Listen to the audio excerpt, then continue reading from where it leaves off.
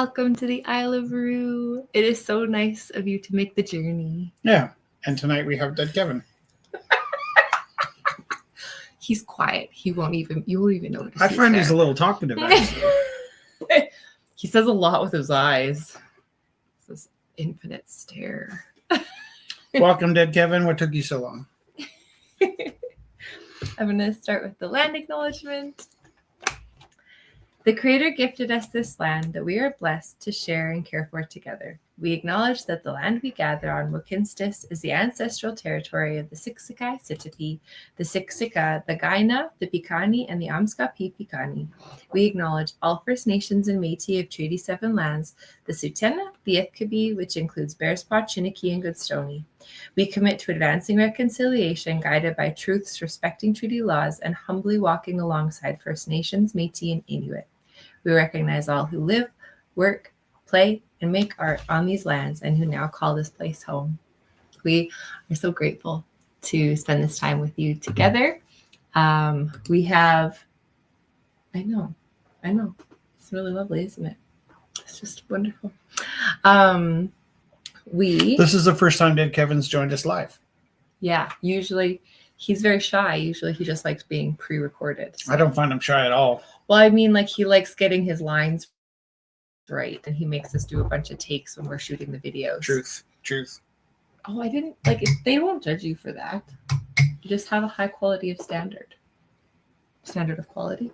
Excellent. Yeah. This is my we made this the other day. This is my Paul of Willendorf. Where's the camera? Here. So, I looked up the clay. It said white. And it said white on the order. And I was like, there's no way. Because it was like an 80% dark, beautiful gray. And I was like, oh, this would be wonderful. And then Remind me to tell you something in a second. I knew through my history with ceramics that everything changes. And I tell the kids, everything changes in the kiln. And then for me, for some reason, I was like, no, wait, maybe because I wanted it to be a little like the dark clay, because I really love like dark red clay. I really love like the oxides. But then I opened the kiln today after doing a test run. Look how beautiful. Made this goat skull. Is it freezing at all? Is the screen freezing? It doesn't look like it. Okay. Maybe it was just raring to get started. So that was a really nice... Really nice surprise to me. How nice? Scale of 1 to 10. Oh, I was overjoyed. 80% nice? 80%. Nice. It really gave me good dopamine. Oh, here's a little man, Felix. Felix, hello! Is your mic on? Yeah. Nice. I love the... Yeah, it is. We can hear you. Oh, yeah, I got bubbles. Look who's joined us tonight, Felix. Oh, hi, Kevin. Careful, he'll talk your ear off. Wow. If you need like an escape, just pull on your ear, and I'll find an excuse for Dead Kevin to do something. Felix, do you have headphones? Yeah, I know where they are. I just saw them. Just plug your headphones in. Not the over-the-ear headphones. We don't want to get brain dent. No, it only stays there for like 2 minutes. Or sorry, like 3 hours. We'll say hi to Amanda and Steve as well. That's really not how it works. I promise you. Okay. I think they should be in here. Hey, Felix, were you with us when we grabbed the mail? No. This is not the best video clip of all of our video clips, but here is a short video clip. They're connected. Hello?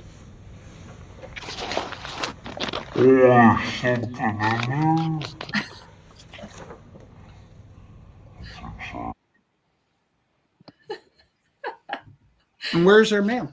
So thank you to Zana for... Oh, I shouldn't have put this stuff behind. It's so funny you did that. Because it can be Here. I thought that was pretty Here. Is We got this that beautiful letter, postcard letter and on regular paper, but postcard. size. Yeah, and then $1.44 stamp. I think that's more than you need. I think that's a I'll take it though. basic So stamp. we're gonna keep our all of our mail in a special place. To Jess. I'm not going to use my headphones. They're a little uncomfortable. Put up link here. I'll do that while you read it. You can just, I think if you just click there and hit paste, I think we have it. Yeah, there we go. Do you guys like my computer? Hi Theo, Love it. here's the link. Oh Love my it. gosh, so cute. Got that guy. To Jess, hello. I hope you like my postcard. Air quotes. I hope you have fun checking the mail. We actually really did. Like, I thought Jesse was going to go into hysterics because we got a new post box. We do have to drive there walk or drive. It's actually across the street from us, but it's about 1 kilometer away because we have to either cut through the train tracks or go around a couple blocks. Yeah. But we check it on the Manic. Yeah. In the summer, it'll be like we'll walk over. But Yeah. In the cold, it's like. We've been dropping by, but when we On the way find stuff, home, it's yeah. been pretty wonderful. And so now I have a return address and her patch. I'm going to send her out. I like the idea of sending stuff back and forth and getting stuff in the mail. It's very fun. Yeah. I'm going to show you guys all the weird things I have in my room. Okay, let's go full screen for you. Hold on. Wait. Here we go. Wait. You gotta flip your orientation there, bud. So I got a bottle of poison.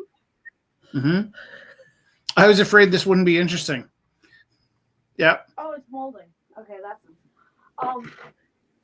I got some bobbleheads. Of course you do. You can't see them; they're invisible. I got Felix, More we got you on bobbleheads. full screen. Yeah, nice. okay. Seriously, I got karate stuff. Is this the right way? Yeah, karate stuff. That is wonderful. Nice. I got this thing. Your magic potions are epic. I got Are these all sanctioned? They Sanctioned should- by Yep. yeah, I do. Potions are epic. Hi, Theo. Oh, Oh, are these all sanctioned? this guy. Sanctioned by, yeah, I do. potions are Hey Theo, if you can hear me, I have some reformatting projects for you. We've got 4 laptops left that need homes, and if you could, I got them emptied out so that people can't get to our bank accounts. But if you could help us get the new software installed, I think what happened with the last one is I got it blanked out. I was going to add OS 10. That's just the default, right? I think so. And then it said it was going to take 2,480 hours to download. I was like, I don't think that's the right operating system. And then so I let it go What? for a while. What? 248 hours? That was Thousands of hours to download the operating system. I think I did something wrong. What? Felix, change your orientation though, please. All right. There you go. It works best when we're looking at you rather than the ceiling. I'll show you next week how you can get your camera mounted down at the work you're doing, okay? Okay. Okay, buddy? Okay. I got some oh, that's a lot of books that I can. Secret Books are good. puzzles. Yeah, okay, that's most of the weird stuff. I got some tiny cards, but like Okay, don't show everybody your stuff. You're gonna get a break-in. If you're gonna break in and steal your puppets. Are you making art with us tonight, bud? maybe. Can I show you the letter? Oh, I think you know the letter. What letter? Let's just hold on. Let's just see. That's what I You was mean gonna say. B? Here's the letter, bud. You ready? Yeah. Wait, is it the letter that you just showed us? No, it's coming. Here it goes.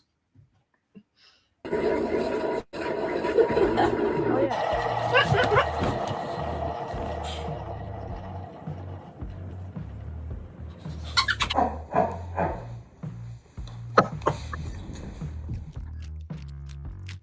letter J. Hello, Kevin. Yeah, the letter is J. Juxtaposition. When you put two ideas beside each other and then they kind of inform each other. I was really tired. J. Jupiter. Justice and Jesse. Do we have the And Star movie? The Roux in space? Yeah, that's one of the films we're going to show tonight. Yay! I was just thinking of you, Paul. Nice to see you.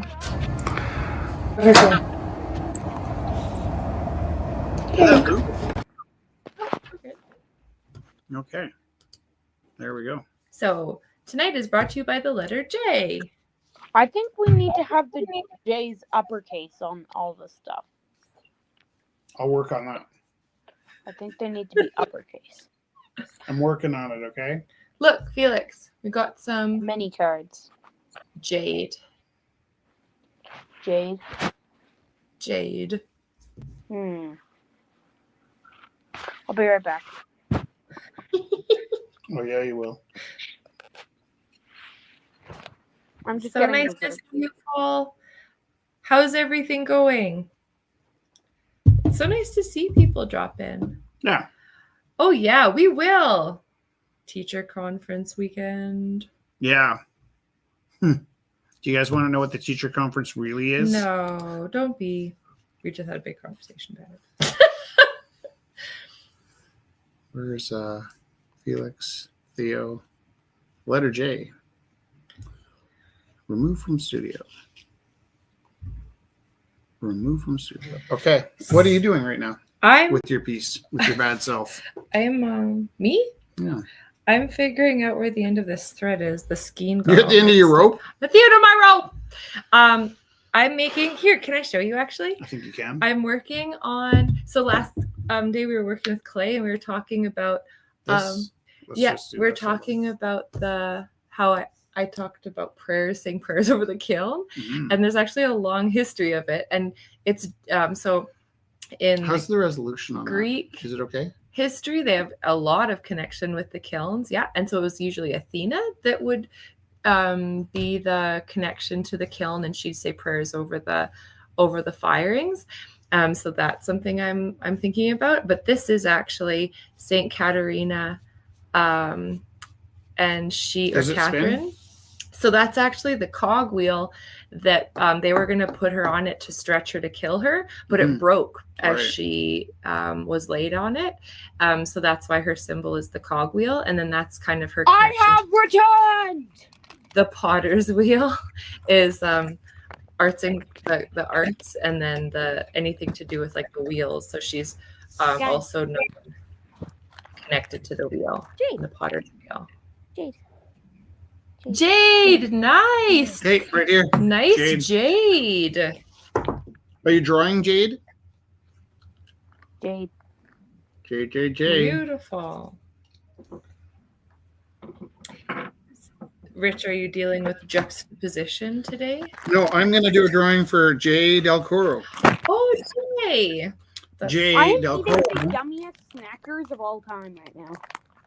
That's nice. Has a podcast called The Aimless Cook. And I was thinking about Jay the other day because I was using a technique that Jay and I perfected in high school. It might have even been Jay who started perfecting it. It might have been something he presented to me.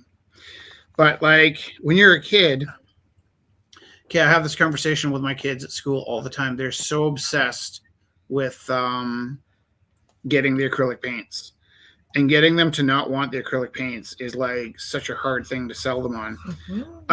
I'm not against acrylic paints, but I do think in terms of like the learning curve that there's a lot to be learned from learning how to paint with tempera. and there's a lot of like benefits to tempera.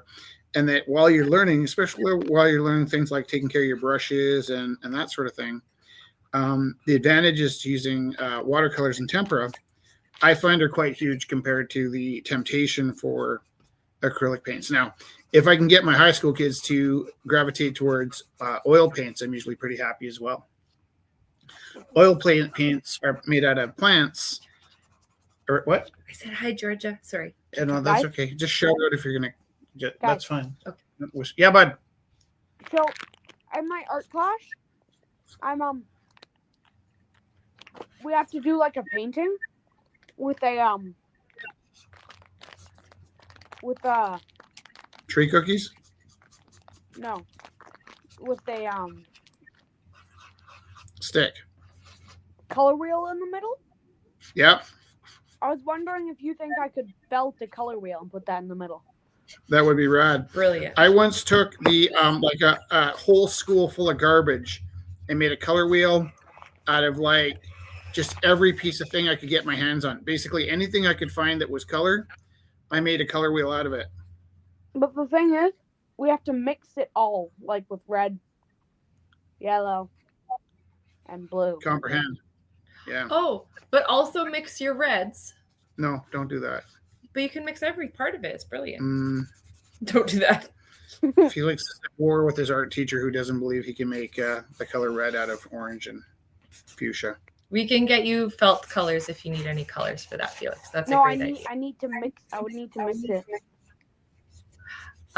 Can we? That's cool. That's a good challenge, though, Felix. Sorry, Rich Teru. What story were you telling about? Oh, I was going to talk about this thing that Jay Del Coro and I did, and it might have even been more Jay Del Coro than me. That when you're a kid, you're always fighting over like the certain products, right? And so, like, I'm always trying to get the kids to step away from acrylics, just long enough to understand that acrylics are basically made out of plastic, right? And also, kids are always fighting to get the best Sharpie. And I do my best to try and oops, that was a mistake. I do my best to try and get the kids to not think about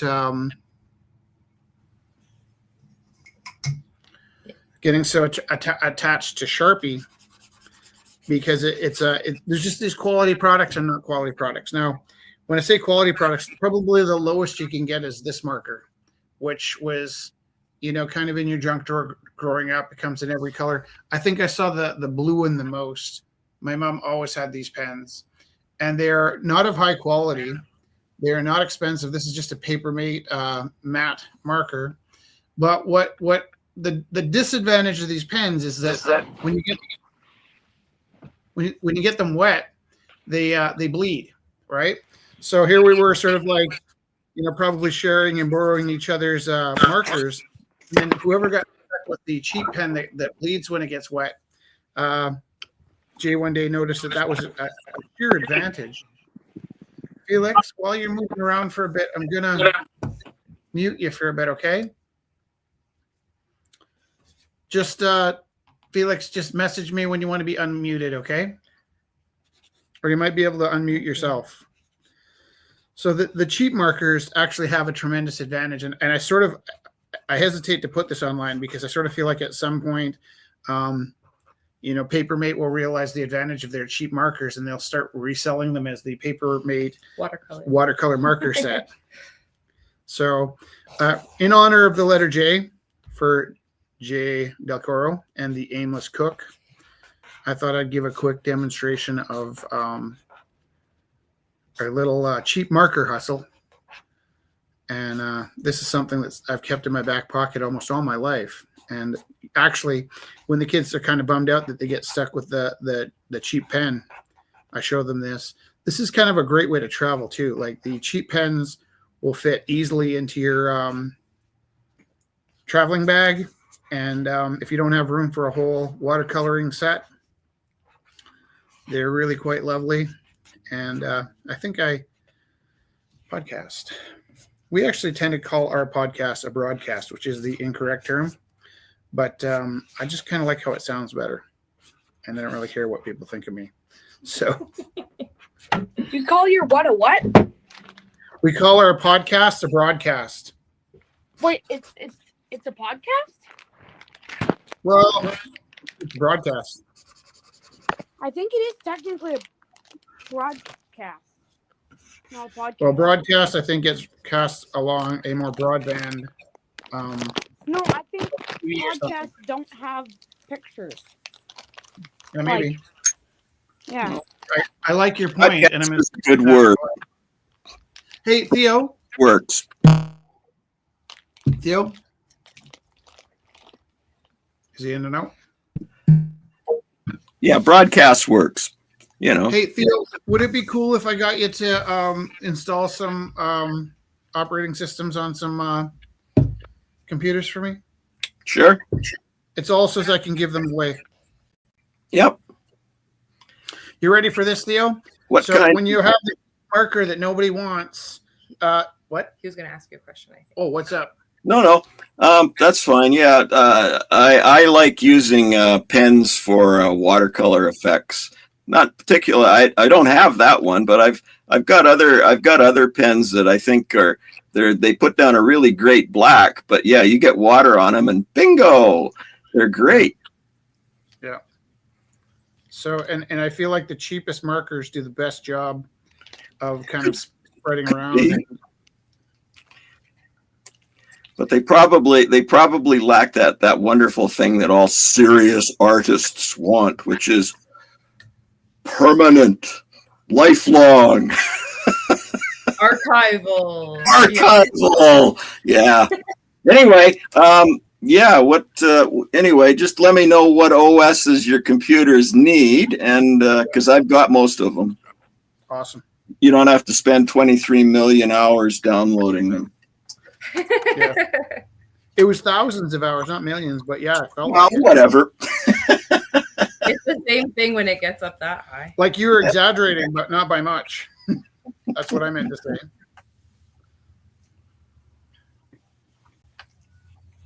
So the trick with the watercolor and the marker is really to go one side of the pen. So everywhere you're dealing with the pen mark, don't go right over it, but just pick one side and bring the water right up to that edge, and then let it bleed Dad. out. Yeah, Who but are you painting? J Del Coro. For Jay. Yeah, for the letter J. And I don't have Jay's. Jay hasn't written me a letter yet, but I think I can find. He's got a new restaurant. I forget the name, but I will look it up, and then we can surprise him in the mail with some artwork. I also really love how unpredictable the colors these will be. So I had one of my favorite T-shirts. I'll tell you a story about this T-shirt later. Was a T-shirt that I got from Value Village at the end of when you could get good print T-shirts, vintage print T-shirts, because they became super popular. But it was a monkey with a wrench from the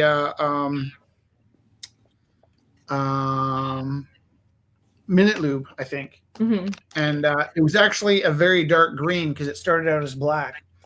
This, for instance, is probably a very dark purple. When this fades, I think it'll be more of a purple than a black. When my black T-shirt, which I got used, faded, it faded to a very dark green. And what I love with these markers is they're not even really consistent what color you're going to get. When they get watered down, they kind of break into lots of different colors. I particularly like the gray marker because you lose the marker part, like where the line is, it just floats into this, almost like that way gasoline looks in a puddle after a rainstorm. You know, that kind of rainbow phosphorus sheen that it has. Yeah. Oh. What are you doing tonight, Felix? Are you doing some felting with us? No, I don't have my felting stuff. I'm just yakking. Again, it makes more sense if we can see it than the roof. That roof isn't a great big. There we go. Thanks, bud. Are you eating? Yeah. What are you eating? Secrets. What? I'm eating yummy things. Maybe keep the wrapper away from the microphone. Am I bossy? Why don't you do you have a sketchbook at home to draw with us? Yeah, I'll do that in a minute. Yeah. I also once caught this quick. No, you just do this. Look, Felix, I'm gonna mute you while you're crunching, okay? Mute. I caught this quick tips video where the guy was talking about how gray is a superpower. Whenever you want to tone down your painting, you just pull gray in. And that one I'm super. So there's a couple of techniques, right? I never used gray my whole life. Gray was kind of like, why would I use gray? I have black and white. Kind of like a conversation I had with one of my students today about every day she asks me for, and she's a great kid. She's new to my art room, but every day she asks for another tool. Like, do you have a, what are those things called? A Palette knife? no, a smudger. Oh, yeah. What are they called? Yeah. Hi. Smudging tool. Or Yeah. something. And then yesterday she's like, do you have a Q-tip? I'm like, why would I need a Q-tip? But because I think she does tutorials and likes how tools can. All right, there's my aimless cook. It's not the best piece of work. Actually, it's not bad. I really like it. And I know at some point we will also be featuring his works because for instance, Jade El Coro, guy I knew from high school, did an amazing podcast with cooking, and Paul Shreenan, guy I know from high school, does a pretty cool podcast with moving to BC videos where he gives you tips and tricks about moving to BC, but also historical stories and stuff. So it's kind of fun. Where with Gorilla House, we're able to take old bands and reuse their music that was kind of lost in the 90s. And then here, I mean, actually, these guys probably have even bigger platforms than us. So just even talking about them is kind of fun because it's a little boost for them, but they don't really need it. So this is my drawing number 1 for the letter J. I J. see Kelly's here. Hi, Kelly. Hey, Kelly. So, Rich, I got printer paper. I'm kind of playing with a similar concept tonight. I'm doing a series of of grain elevators, and I'm wetting one side and then putting in acrylic on the wet and letting it spread around and then stomping it dry. And one of the reasons I do that is it's a big painting. I could get an even better effect using watercolor, but the problem with watercolor is I'm a very messy artist. Yeah. And my hands are always going over things, and if it's watercolor, I start smudging. Yeah. Now I know professionals use mask out and stuff like that, but no, I'm pretty much a Neanderthal, snake scratching symbols on the cave wall in that regard. So in order to prevent that, I use acrylic and then acrylic into wet and let it spread around a bit and then stomp it. And I like the effect. What can I say? Please know that when I poo-poo the acrylic, I'm not poo-pooing it for professional artists so much as I am as the starting point for young young people that are just learning. Yep. Yeah. Era is for making the bubbly things. The bubbles in the. Who do we have here? Going back offline. Ciao, ciao. Hey, Amanda's joined us too. Hi, Amanda. So nice to see you. Hello. Oh my goodness. That's a great setup you have. That's beautiful. My goodness. What a nice night. Yeah, no, I certainly wouldn't poo-poo any professional artists, such as I use acrylic all the time. I've got a storage room filled with oil paints that are just going to get hard if I don't use them. But I'm going to use up my gouache first, and then my acrylic, and then probably saving my oils because they last the longest. I think I very much regret letting my little brother use my markers.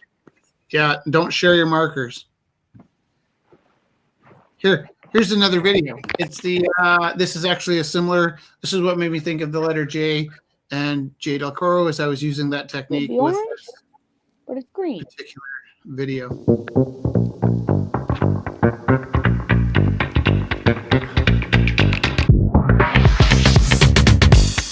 that's cool. The music makes me think of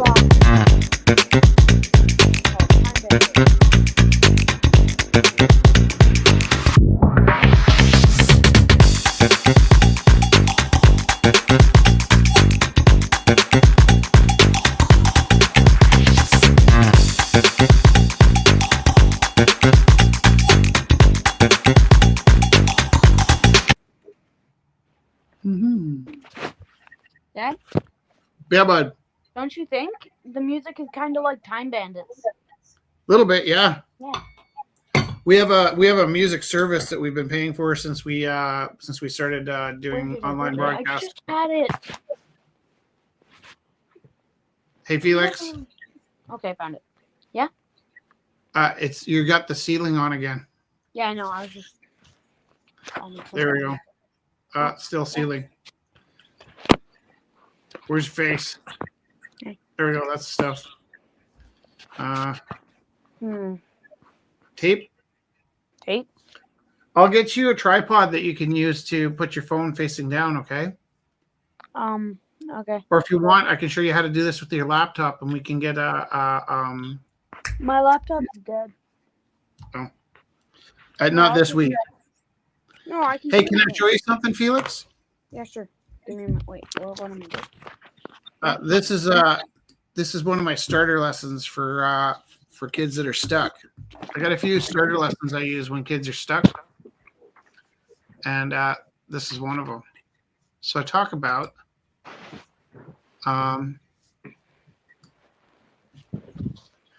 drawing an icon.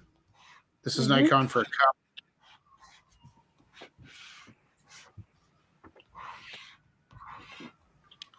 You know there's no cup in the world that looks like this, right? It's just an icon for a cup.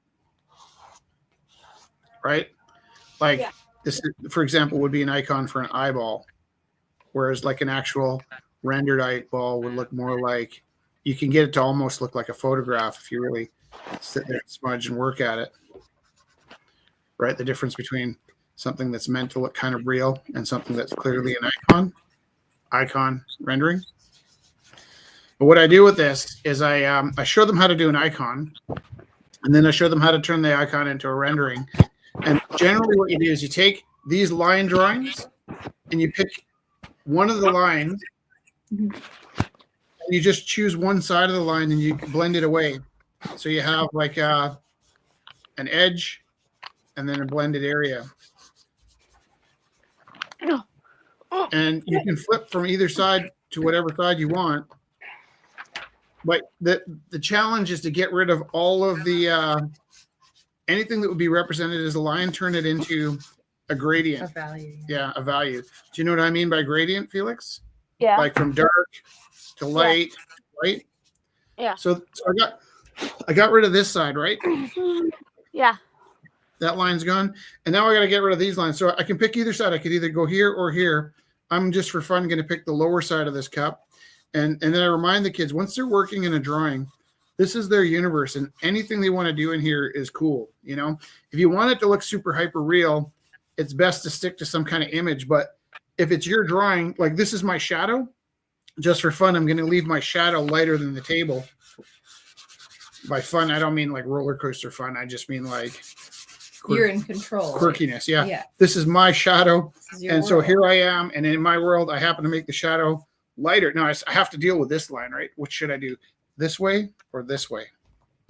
Jesse, I'll go this way. I could wait forever for an answer. You don't like to commit. I don't. You're right. So now I have this up. And anytime you have two areas kind of blending into each other, for instance, if I had like a black t-shirt on and I was standing in front of a black wall and I had a pasty white face with white hair, you might see my arms and my head floating, but your brain believes there's still a body because you have closure. Yeah. Your brain fills in with the implied line and then implied space. So that's a pretty complicated concept to teach a kid from scratch. Like, oh, I'd like you to use implied space. But once you start doing something like this, where you're flipping the values back and forth, you end up naturally finding areas that have implied space where the lines kind of inherently blend together and get lost, and your brain has to fill in the missing gaps. So this is one of my unstuck lessons where you're turning a where do I have a line left? Right here. Right here. Got to get rid of that line. And I like, because as you keep looking into it, you keep finding more lines that you need to get rid of, right? Like as you get closer to it's kind of like when you're trying to block the light out of a room. Alrighty. I'm going to sign this one too. Insert drawing sound effects. Oops. Okay, so there's that one. And again, with the charcoal, you can do the same effect as the. Oh, can I ask you for a favor? Yeah. Can you grab us some paper towels? Paper towels, yeah. Okay. I also wanted to say hi to Georgia and hi to Scott, who's with us here. Is Scott coming in online? Do we have I'm not somebody sure. I was gonna see. in the waiting room? Check the waiting room. It's really boring in there. Ouch, man. What? How's that an insult? Somebody in the waiting room waiting to be added is here we go. Looks like there might be somebody who's this. Why can't I scroll up? Oh, there you go. Kelly. Bill.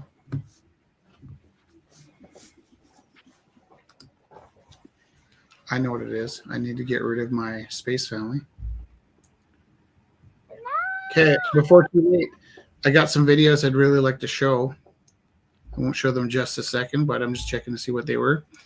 We have a new Lost Hero X. We got a Jupiter drawing. Maybe I will show my Jupiter drawing. I was Yes. gonna say J is for Jupiter. J is for Jupiter. Stop. Mm. Here we go. Mhm.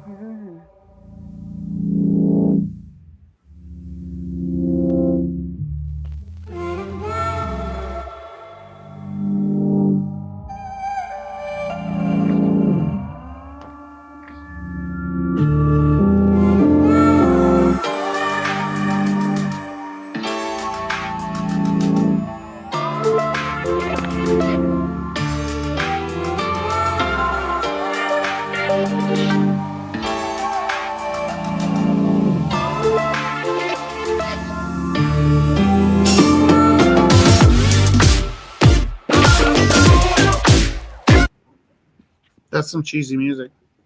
Do you think? I don't mind it. I hate it. I like some nice cheese every once in a while. I like cheese. So we have a pile of stuff to give away if they want. If you want. If you'd like here's some of the stuff. There's a painting of Jupiter battling some trolls. I Maybe love the goats. He's Right. And then at one point I did this and you're like, ooh, I'd like to keep that one. But then I did another one. You're like, ooh, I'd like to keep that one. So if somebody writes us a letter explaining why they'd like to have a Jupiter riding some goats, I like this one. you can, here's another I Jupiter. like the iridescent that you include. It's shiny. Jupiter. And so, like, in sometimes this Jupiter ended up being a little bit like a Norse Jupiter, like I started blending Odin and Jupiter together. And then this one we're going to give to Blackbird Records. I thank them from the movie we saw at the Globe. The letter G, Icarus, hopefully is our letter writing That was progress. for hubris. Yeah, hubris. Nobody wanted this. Not enough rebels in the world. Felix, this is for you. A snow leopard. And there's another snow leopard for you. Oh, here's the family Teru. I think I gave you this and took it back. If somebody would like our family Teru, it's available. I used to sell these to keep the gallery open, and now I can't give them away. No. This is That's not true. who is this again? Vishnu. Well, it's not that people don't want them. It's that they aren't really. Oh, and the letter J. That's what I do with my time now. Oh yeah, Scott, we have to figure out, do you want to come by? Do you want to, it's here for you. We don't, your Johnny Cash painting. Would you like to Scott, you mail us a letter mail us a letter? and we will send it to you. Yeah. And the postage box is P.O. Box 13035 Beltline, RPO, Calgary, Alberta, T2R 1C6. Send us a letter and we will mail you a painting. That's how weird we are. Actually, Georgia, too. We have a painting for you. Georgia, yeah, we're going to throw it in your backyard and we weren't sure if you were there to receive it. So if you would like to send us a letter, Georgia, we will also send you out your painting as well. Keep in mind your mic is on there. We can hand deliver it, Georgia, or if you like receiving mail, we can also. Look at it. Yeah. We talked about this. Panda.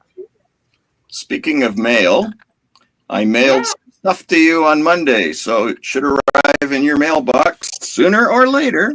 Yay! That is so fun. That is so exciting. Theo, was there any of those paintings I just showed? Were you able to see them? Is there any that you'd find interesting to have as a gift? I have no place for them. However, if you had to pick one though, to if keep you, under your I wasn't. I was trying to, keep my color inside the lines here on this painting. But if you do stuff that's 5.5 by 8.5 or smaller, I would love to have them because they will go into future books of stuff. Yeah. Oh, I like that. Okay. 5.5 by 8.5. We were just measuring. Shay will fit in that before. Are you favorable towards Che Guevara? I love Che Guevara. Oh And yeah. every now and then, some history buff will lash out at me for loving Che Guevara. But I do like Che Guevara, but also I love that print of his face. I think artistically, that T-shirt that was, I don't even think he was paid for it. It was like somebody just exploited his. Oh, it was yeah, exactly. It was. It's an on. Yeah, you got any small Che's? I'd love them. Good. That's wonderful. I think these are the days for Che Guevara. Yeah. Oh yeah, yeah. Somebody to protect the 51st state. Well, I like how the Republicans are going out of their way to provide a target-rich environment for people that are just going to snap. You know, right? That is a good way to put that. Like, how would I start a nuclear war if I was really on a war path? Target-rich environment. Okay, I'm gonna shut up now because I'll just I'll start foaming at the mouth and frothing and getting my paint all icky. Yeah, I gotta say, as stupid as this sounds, getting mail in the mailbox, our PO box, has been much more gratifying than getting paid for paintings and just putting it into rent. And if it seems crazy what we're doing, I'm fine with that. But it's like to see if you saw Jess's face when she opened the mailbox the other day. It was quite phenomenal. I think I might drink Felix's Thirsty Buddha. Oh yeah. Scott Blaskin says this episode of the Isle of Roux is brought to you by Bond, James Bond. J. That's good. Yeah. Bring on the J's. Also, Bring on the Jeffy. cricket sounds. No, cricket starts with C. Guys, I think we need cricket sounds. Crickets? No, I like the applause that your dad has. It is Or applause. cricket sounds. Cricket sounds has a negative connotation. We're about love. And cricket. You don't like crickets? He's keeping it positive. All he is. I made myself some fire water. Nice. When we quit drinking, is what it looks like. I started mixing several fairly intense herbs together to keep myself, that feeling. I don't know if you know this feeling when you punch back a bourbon. This is what is it made in it again? Ginger, cayenne pepper, turmeric, and cinnamon. And Ooh. I like the cinnamon bit. Yeah, fire. Oh, it does. Here, try that. I do love it. I'm trying to think. Maybe turmeric isn't the right word. Okay. No, I think you guys use turmeric. Ginger. We what? Don't I you think use it's turmeric? It's I think it's ginger in that. Ginger, cinnamon, cayenne. Okay. Zana said, saw you on the podcast, and I'm not sure how much stamps to put on, and that's totally valuable. But I do think you can get away with less stamps when you're using a postcard. But I also think your postcard has to be a certain size. So this is safe. I always put a little extra stamp. I usually put 2 stamps on just for the sheer love of it. I also used to experiment to see like how little like Scott helped us out with the I got distracted. John Prine, that's what I'm painting tonight. John. Yeah. Yes, Scott. What? That John Prine came up multiple times today. You're talking about Kathleen Edwards. Yeah. Oh, that's I have no idea what I just said. Oh yeah. Sorry. No. Scott was helping us with that because I didn't write the postal code down. But I used to send letters all the time with like minimalist information just to see what would get through. And you can almost always send a letter without a postal code, and it'll still find its way because those postal people are pretty smart.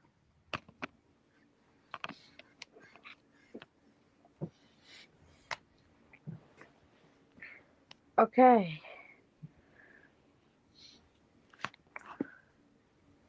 Oh man, look at this, John Prine. That is solid. It'd be hard to tell if I painted it though. Like sometimes you're making a painting, and then like it works great as a photo, but then as a painting, it might look more like animal than John Prine, you know. Oh, nice. Mm-hmm. Yeah. We were thinking of putting out What is it? Like just putting stamps on envelopes and including them in the envelopes. Stamps and our address already written down. Yeah. And then it would be easier for people too. Stamp. Stamped. How many minutes do we got left? Is it all? It goes so fast. I know. It's funny because like everybody freaked out when I did the Gorilla House videos that they're 7-minute long. Now we're doing 2 hours and 36-minute broadcasts, and I know that's too long, but they just go so fast. Yeah. Well, it's only been 50 minutes. Like, yeah. I know, but it went fast. Yeah. I'm looking forward to next week already. Be here now, Rich T. Totally my problem. Be here now. That book. I've been trying to find that book. I just keep looking in the same place. Yeah, Can I but tell you how random the thing I'm making is? is it 100% random? It's a panda made out of jade. Oh, that's not random. That's That's not perfect. random. Yeah, it's Yeah. perfect. But it's not going to look like jade. It's just going to look like a green panda. Yeah. That's nice. Actually, if Oh, I you love the idea of a green panda too. This is Um, awkward. if you even think it looks like a panda, I'm proud of myself. Should be proud of yourself anyways. You're doing such a good job always. Is my butt on screen? No. Good. Just me and Kevin. So, Kevin, With how are you doing? Did you know we have the Basquiat film? Yes. Did we Kevin, watch it? how are you doing? He just told you. He You just gotta listen told you. carefully. Oh. Sorry. He's not really near the mic. Just be patient and give him time to answer. He's a bit thoughtful, you know? Okay. Sorry, I didn't mean that to come off as a scolding either. You're perfect. Ah. Okay. I'm a little protective of Kevin because he's so under listened to, you know, like that one quiet kid in your class that never really speaks. Yeah. There is a kid in my class that asked me for something, and I've been teaching her since grade 7. She's never asked me for anything. That is huge. I was quite pleased.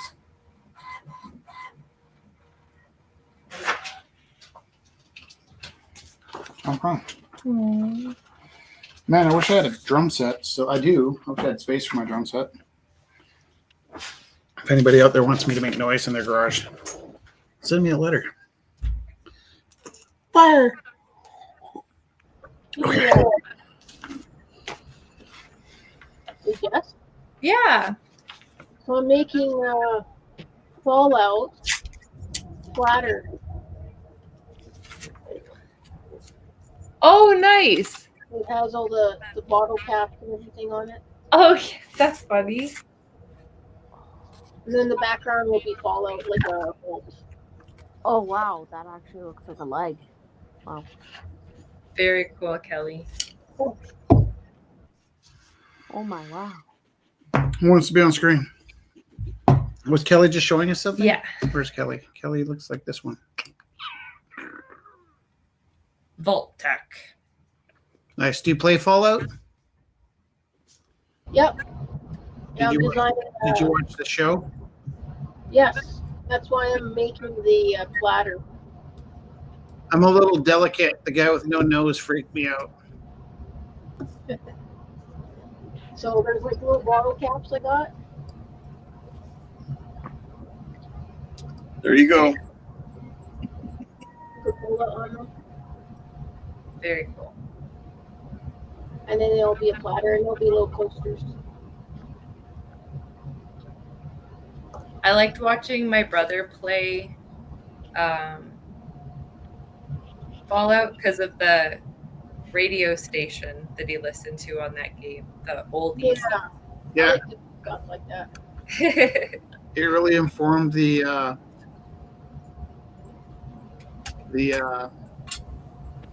what is this? This is so sick. We were doing What's that? Oh, it's my grocery list. That doesn't look like a grocery list. It looks like a poem. It's both. How can it be both? Milk and honey and carrots are fine. 2 dozen eggs, an apple of pine. Thyme and basil and peanut butter, so sweet. Cocoa and onions, oh bittersweet. Milk and broth, the rest are all meat. My belly is ache and don't forget. My belly is ache and don't forget. The bacon. The bacon. The bacon. Ah, gluttonous belly brings tears to my eyes. Jessie, I guess not all groceries have to rhyme. Oh yeah? Parsley, sage, rosemary, and thyme. Oh, hello, darkness. We've come to talk with you again. Hello, darkness, my old friend. We've come to talk to you again. Are they getting weirder? I was like, today this is brought to you by the letter J. What do groceries have? And he was like, don't ask questions. Oh, you want one that relates to letters? I see what you're saying. It wasn't relevant enough. Oh my God. Let's see if we can find something more relevant. How about this one? Wait, did we do this one? That's the drawing of Jupiter. How about this one?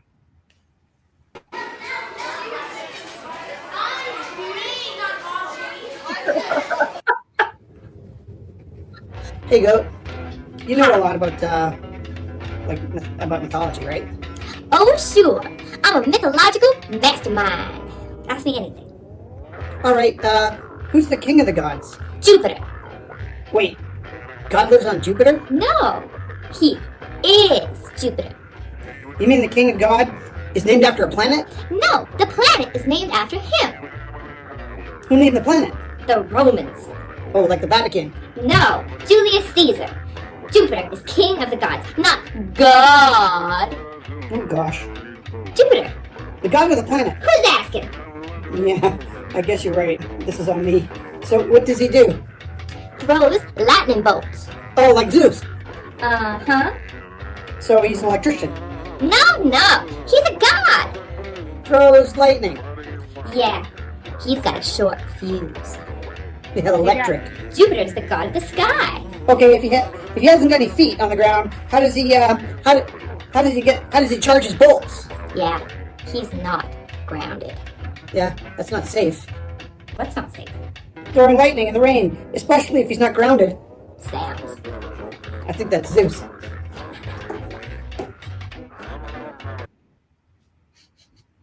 The music in the background's really funny. We just Hey, keep Dad. getting weird.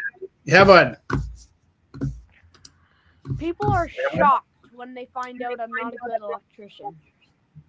I Mwah, love Brian post surgery. He's as proud as ever.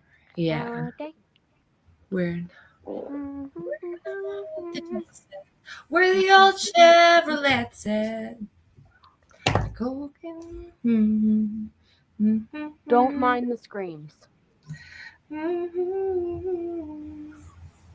Oh, shoot. What am I doing? Don't play. I'm not playing them all yet. Yeah. I'm just looking to see what we got left. Well, we got the space one left. I know that. We do have a Lost Hero X to play. You have to stick around to the end to see it. Oh, By far, well, not you. Let me know when you're ready to go and we'll play it, okay? okay. I wanted to go portrait for this one, but it actually, my screen's set up for landscape and I already taped my paper down. So against my own better judgment, I'm going to try and jam John Prine into this landscape portrait rather than a portrait. And I'm using a steel pen, which feels so good in my hand. And I'm using my scribbly technique, which is to say, I'm not really thinking that much.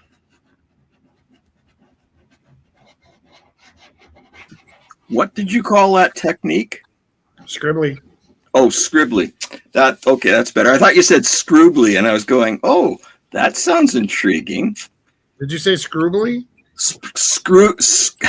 Scroogling, yes. Is that a word that I should know?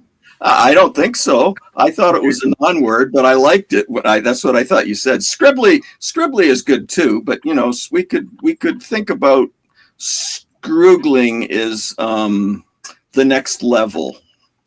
Yeah, it's not just sounds it's scroogling. Right. Hey guys, what legs do like four-legged animals walk with at a time? Would it be like It depends on the right animal. leg, left leg? Would it be like What was the putting question? your right leg forward, front right leg? Would you also put your back? Oh, right most leg? animals alternate. So front leg forward, left leg forward, front leg front, left leg back, right? Some, but the cheetah, there's some that go.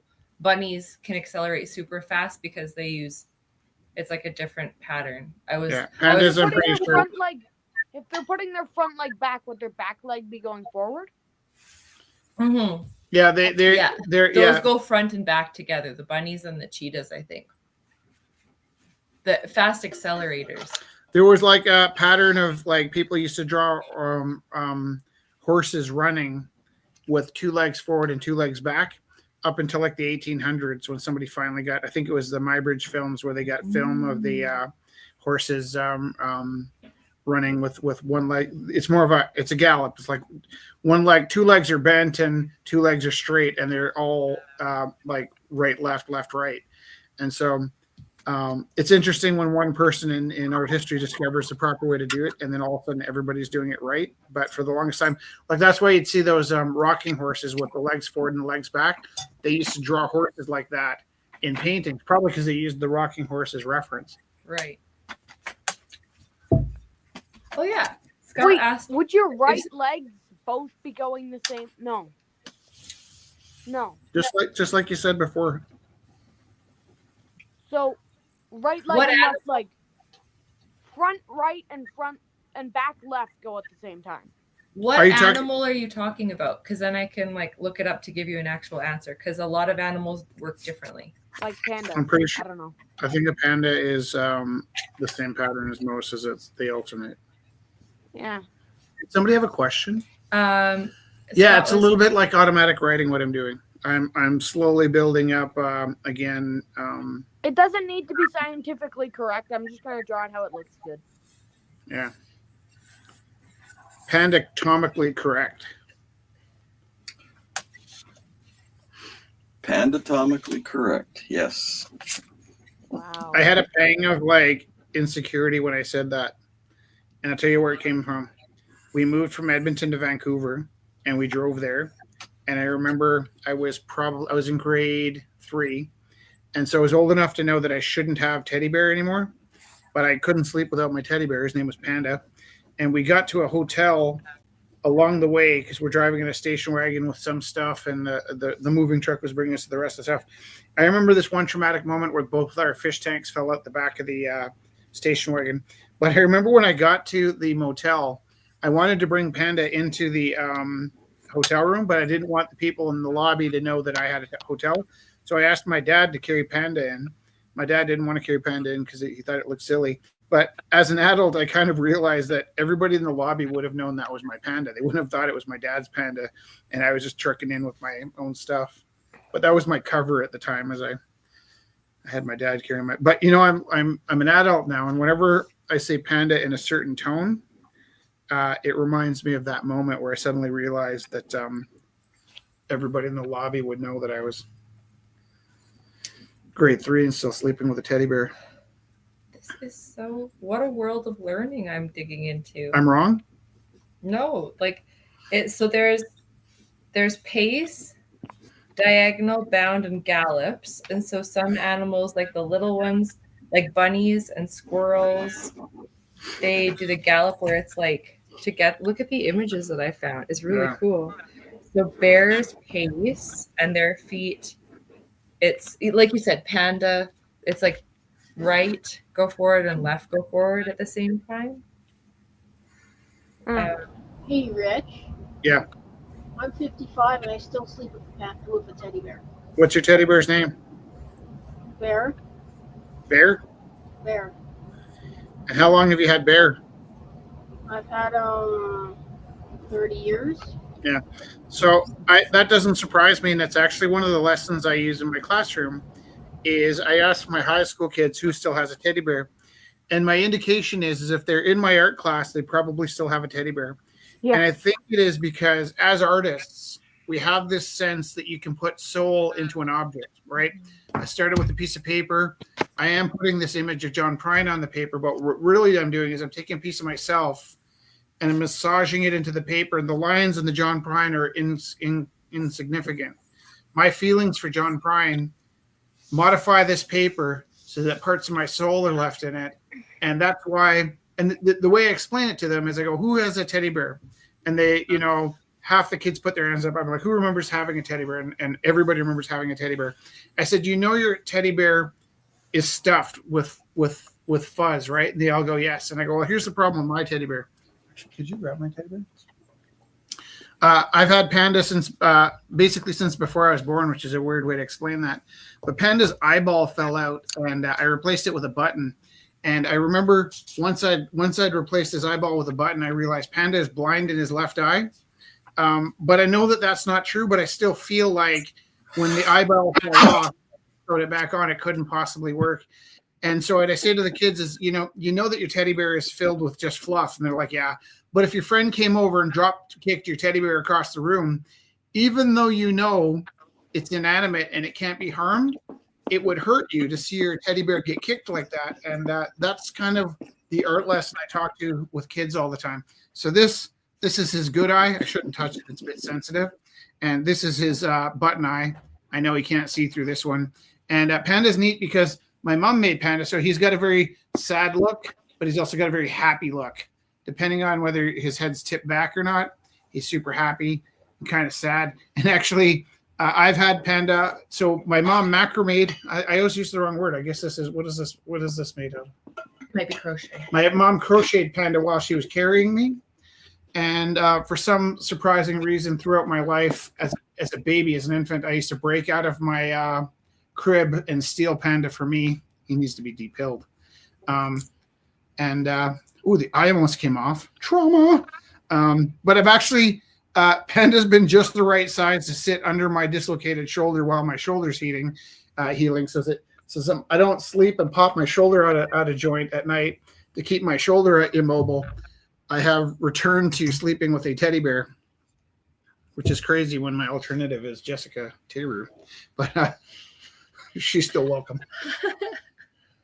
I have I have the original one I have, and then I have another one I sleep with. It's a tiger. Yeah. And then I have a couple of puppets that sit there in the bed with me. I would not sleep with a puppet. Oh no, they're fun. I have a mouse and 2 cats. Yeah. Yeah, and then I have the original bear that I ever made. So when I make the bears, part of my soul is in their body. Yeah. Kind of thing. I feel like puppets have a completely different kind of soul than teddy bears do. Oh, I know. I'm not saying you shouldn't sleep with puppets, but I'm just saying none of my puppets sleep in the bed. Well, no, Kevin sleeps in Felix's room, and we move him around the house sometimes and forget that he gets moved, and he can be a bit jarring when you change rooms because it's not just that we have dead Kevin joining us online tonight. He's one of the family who lives with us all the time. So dead Kevin and the puppets, they keep to their own special spaces. Yeah, like Toby's somewhere else. He's in the basement somewhere, so he's hiding. Toby is the puppet I have that I actually rescued. Yeah. Yeah. So I gave him new eyes, and he's got paws now that move. The only thing he complains about is he doesn't have legs. Legs are overrated. Well, he doesn't like it that he is a puppet, and he says he gets drafty. He's got a problem with flatulence. Oh, yes, he does.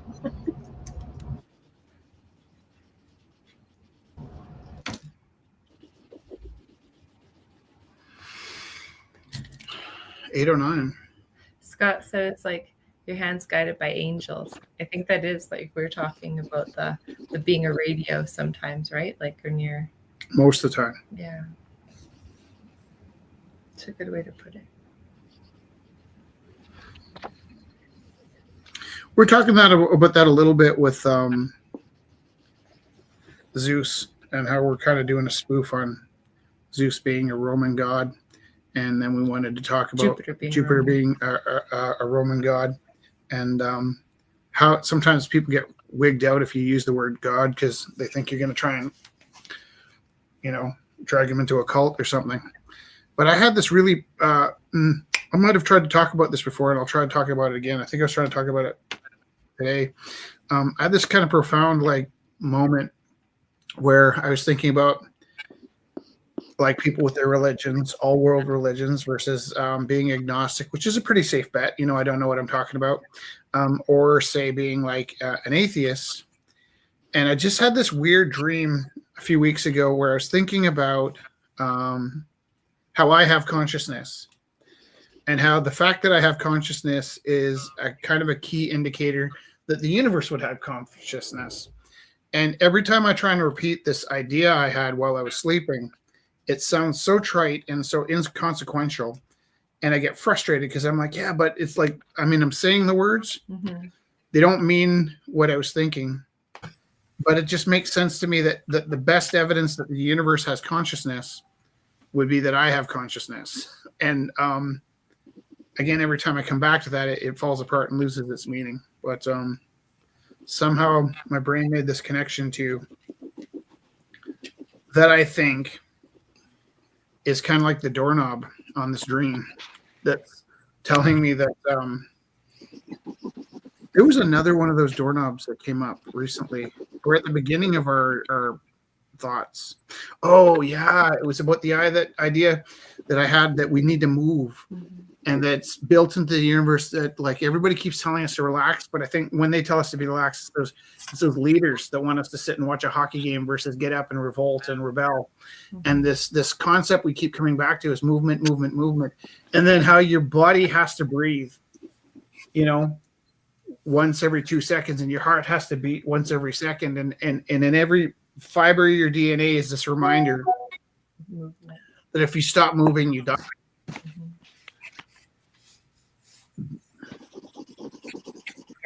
And a lot of those things also tied in. Die. With that? Stop making art and die. Well, and that's officially when I started like kicking this idea around, and it just keeps coming. It's a weird thing though. There are certain thoughts that I have that are so huge that I run into them. They float right through me and I go, man, I'm going to hold on to this and change my life. And then they just get packed away. Like it's like my brain can't hold on to them and has to let them go. And I keep having these reoccurring thoughts, like after giving a TED talk and writing a book and recording an album called Stop Making Art and Die, every now and then I wake up and I have this eureka, and I'm like, it's like if you stop moving, you cease to exist. Yeah. And then I'm like, that sounds familiar. Oh my God, it should. But yeah, it's like I have these ideas, but there's something. It was a little bit like the time I saw a ghost. Yeah. Long story, I'm not going to tell it, but it had to do with I dropped a coffee in the cafeteria because it felt like something ran into me, and I remember having this really intense feeling like I have to clean up that coffee. But by the time I've cleaned up that coffee, it's really going to be difficult to forget this. And I had this overwhelming sense that I'm expected to forget the weird experiences in my life. And I think we all have weird experiences, but we also are programmed, or something's built into us to try and forget those weird experiences and discount them and write them off. Now I sound like a creep or a psycho or something, but No. I'm talking about things that don't necessarily have correct answers. What a creep. Well, it's a feeling I have. Now you sound like a creeper and psycho? How? I was talking about like. No, not just now. Oh, thanks for that, Felix. Love that you're turning into a teenager. I remember when you were the sweetest kid in the world. Ouch, was that over the top? All our troubles seem so far away. Let's not work too much on the sarcasm, because I know you'll be good at it if you try. But maybe like as far as our family goes, we keep the sarcasm on the low key sarcasm. We'll save sarcasm for Loki. Did I hurt your feelings, Felix? Where are you? No, I'm just. You're good? That is really beautiful, John Prine. Because it wasn't trying that hard. God, if I put my heart into it, I'd ruin it. But this one I was kind of just blabbing away. And I was like, who did John Prine? Who's driving the bus? Talking about things that matter, and then it comes out good. Like, yeah.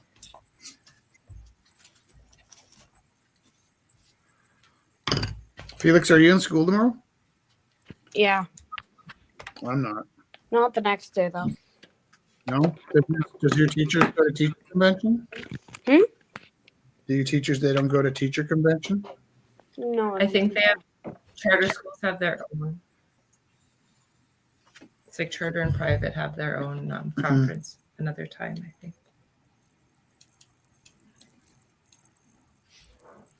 Who's got the whistle? There's a whistle happening.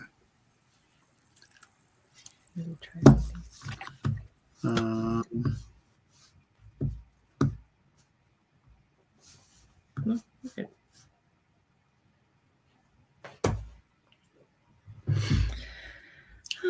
Hey, Felix, you ready for the Lost Hero X? No, in like 2 minutes. I'm doing it now. No, I can't watch right now. I'm doing it now. You can watch it again on the weekend. You ready? Yes, please. No, I'm not ready. Okay, fine.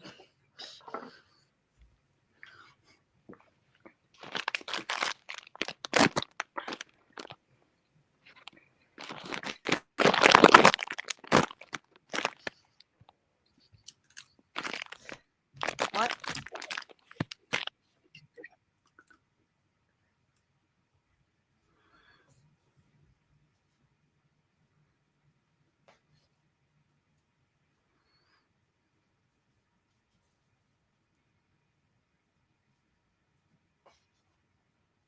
We'll have to do a QR code for this week, so I can send Jade Okoro Totally. the link to the Yeah. episode.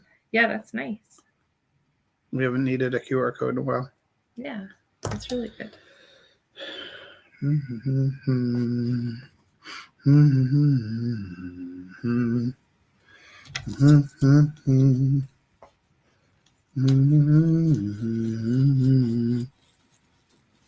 We're gonna spike our nose right off of our faces. There won't be nothing but big old hearts dancing in our eyes. When I was a kid, my aunt, who was kind of like a second mom to me, but didn't really understand my glitches, wanted to give me some ice cream. And I was trying to explain that I didn't want ice cream. And I remember her using the phrase, I was cutting my nose to spite my face. And it's like, because she was British, I think she didn't say the off part. Like she just said, cutting your nose to spite your face was like an abbreviated kind of colloquialism that came from. And I was so, like, I remember, like, I was like, I don't know what that means, but I was trying to express that, like, I wasn't trying to be difficult by not having the ice cream. I simply didn't like ice cream. And she'd interpreted it as if I didn't get what I wanted the way I wanted it, I wasn't going to eat my ice cream. And I remember, like, I was quite young, I was quite little. And I remember being really super frustrated that when I was trying to explain that I don't like ice cream, and then she said I was cutting off my nose to spite my face, and then I tried to express that wasn't like, It didn't feel like that wasn't the situation that I was aiming for. I remember she explained to me what the euphemism meant, and I was just livid. Like, no, I know what you're saying. I don't like ice cream, and I remember it was like one of the like most unheard I ever felt. Now, that in fairness, I was a giant brat in that house, and they were very patient with me. I love my aunt and my cousins so much, but it was like, it's hard when you don't have words for what you're trying to say. I knew what I was trying to say, Yeah. and I was feeling really big feelings, and I knew that wasn't my experience, that I wasn't purposely trying to right. be difficult. I just really didn't want to eat the ice cream. You still don't like the end part of the ice cream. You only like the beginning part of the ice cream. Yeah, once it's touching the bottom of the container, I can't. Mhm. I can't eat ice cream off a ice cream cone. I can't lick ice cream. That's super gross. This is my cogwheel. Oh. Did we get paper towels? Is this it? Oh, this is for you. The whole thing is for you. Thanks. I got a. This is a bit of a cheat. I'm not trying to put a pattern down so much as I'm doing a bunch of paintings tonight, and I don't really have time to. Felix, are you with us? I muted you because you're making some squeaky noises. Oh, you unmuted yourself? Okay, can you hear me, bud? Cam's here. Cam, add to stage. Hi, Cam. Nice to see you. Nice to see you guys. How you guys doing? Hi. Good. Fun. How has your week been? Pretty good. Yeah, it's been kind of chill actually. So that's nice. It is nice. What about you guys? We had a short week because of teacher invention. It was racked with migraines, and then though. actually, we're just meeting each other tonight because Monday I had a migraine and went and like just flailed into the bedroom, and then I recovered, and then Jessica had a migraine, so I ended up watching a movie by myself. But yeah, it was crazy. Like, I remember thinking today that it feels like a long time since you and I have seen each other. Yeah, it's true. Are you guys feeling better? Tonight, I think so. I took more pills, so I think I'm okay, and you seem okay. Tonight, we're on the mend. Good. And what movie did you watch? State of Grace, starring the acting talents of none other than Sean Penn and who else was in it? Gary Oldman? Gary Oldman, and that fellow that unfortunately I like Gary Oldman. That would have been a good movie to watch. Yeah, Robin Wright Penn. That's what cool. And Ed Harris. Oh wow. Oh wow. Yeah, it was kind of a noir film where don't want to spoiler alert it, but it was about gangsters and cops and things. And cool. It probably wouldn't have won a ton of awards, but it came out the same year as something completely over. I'll Google it. Yeah. In the Name of the Father. There was a like a massive film, like maybe The Godfather 2 or something that came out that year. That kind of like. Yeah, I haven't seen that one. Sounds good though. Yeah, it was super good. I loved it, and you know, kind of a, well, don't want to give anything away, but yeah, I really liked it. Do you like John Prine? King of New York. Nope, that's not. Goodfellas. Goodfellas is what overshadowed it. Goodfellas is a good one. Yeah. So King of New York was good too, though. Who was in that? Christopher Walken. Oh yeah, Lawrence Fishburne. Yeah. Oh, 1990. All three were 1990. Yeah. So kind of sucks when you put your heart and soul into a gangster film the same year as Scorsese. Yeah. Totally. You can't win. I started watching the new Nosferatu. Oh yeah. And I only watched like the first 10 minutes, and then I got distracted with something or the other. But it was really interesting. I want to finish it. We watched the original Nosferatu over the summer. Yeah. Okay. And we watched 10 minutes and got a little distracted. I guess that happens. Hey, bud. Hello? Hi, did I mute you? What? Oh, backstage. Okay, yeah. Did we boot you? Okay, Felix. Hey, Cam, we're gonna put on a. Have you seen any of our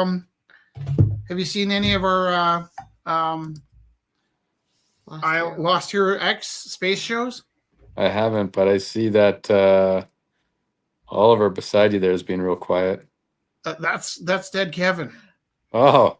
He does look like Oliver, doesn't he? Oliver asked if we were replacing him. I had to zoom in there. It's hard to tell. I'm only on a phone, so. Yeah. Rich said, well, he did come to my birthday and you didn't. Oliver. I know, Dead Kevin. Okay, here comes. Are you going to stick with us for a bit? Can I show the Lost Hero X? Yeah, I can. Let me just. I gotta go deal with a screaming child real quick who's in need of something. But I'll just mute myself and then we can. I'll watch it with her. Cool. Present. Come on, you. Video file. Lost Hero X. Episode 7, I think. Whoa. Oh. Okay. Those warpy crystals. Where are we now? It's not our solar system, but it looks really similar. They've got... Take a look at this. You know a lot about Jupiter. Oh, yeah. Yeah, it does look like Jupiter. What do you think about that? We can't really go down to a planet with no... Is there any land mass, or is it just gas? Well, I think it's just gas because there's no rocks or anything. How would that even work? You just sink until your body mass stops you. There has to be some ground. Okay. Can I go check it out? I'm having my coffee. Yeah. Take your breather. Okay. / communicator. Okay. We're gonna send you down in the Transmorgiflyer. You're just gonna let him go down to this planet with, like, maybe Jupiter's. not even a planet? Not like he's gonna fall down and bump his knee. Felix, Oh, you're man. I see that you're on the outer atmosphere. Your vitals are good. Your suit is holding up against the friction, and you're descending. Let me know when you reach the whatever the surface is. I don't know what you're seeing down there.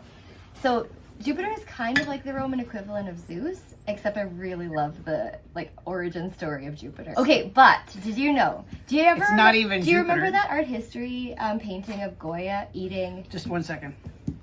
How's it going, Felix? Are you still descending? Felix, are you landed yet? I don't seem to be able to land. Great. Okay. Okay, Saturn was eating his kids. Do you know why Saturn had to eat his kids? Just a second. He was. Felix, do you know anything about Jupiter? Why can't you land?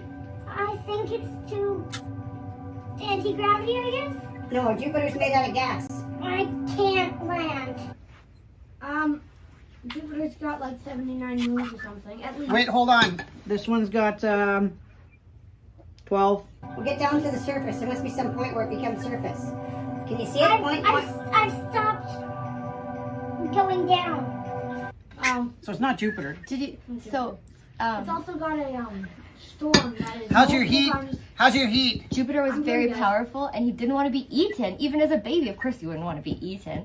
So, Jupiter. Wait, and, isn't there something kind of weird about the youngest son and the father? Yeah, Jupiter overthrew his father. He was the only one that wasn't eaten. Well, what does it look like down there? So the youngest son overthrew Saturn, and he became the king of the gods. Right. Okay. What are you seeing down there? There's a castle, city. Yeah. City castle. Can you get in there and look around? If I can manage to get. Have you touched down Is it yet? Felix, your youngest son? You're stuck? I'm stuck. Oh, it must be the gravity. Don't worry, I'll come get you. I should be able to get down. Dad! Dad! Ah, guys, I'm gonna beam you guys back up. Where's the kid?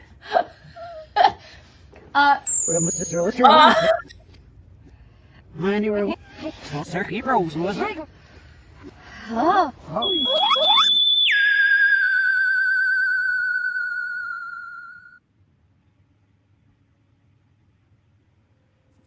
That was cool. They really do keep getting weirder and weirder. And the backstory is in the Lost Hero 10, which actually spells Teru again. The Teru family is flying around space looking for a safe place to live. And I kind of figure at some point we'll come back to Alberta. We take these crystals and go through wormy holes to different places, but for some reason the wormy holes keep bringing us back home. So there's 7 episodes, and so we've been flying around for a while there. But in that case, we got a part. We can hear you. Hi. She didn't know you guys were live. Uh-oh. It's okay, man. That was a cool. I really like that. Yeah, that's very neat, actually. We do base them off of kind of like the way I read once about somebody, I think it was Rita Morano, was doing an episode of the Muppets, and she was kind of like getting ready for the shot, and Jim Henson said kind of, we don't do a lot of second takes around here because they like the authenticity of that first awkward take.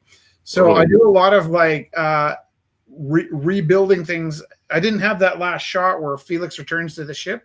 So, the backstory to that is I just took the opening shot and reversed it. And so then I did have him return to the ship because sometimes we shoot the content and I'm editing the video as I'm driving him home and I don't have him here to shoot that last scene again. There's a lot of stuff we do in the editing because we're kind of committed to just taking one shot and one shot take. So it's not live, those, but they're quite live. There's not a lot of room for improvement as we're going.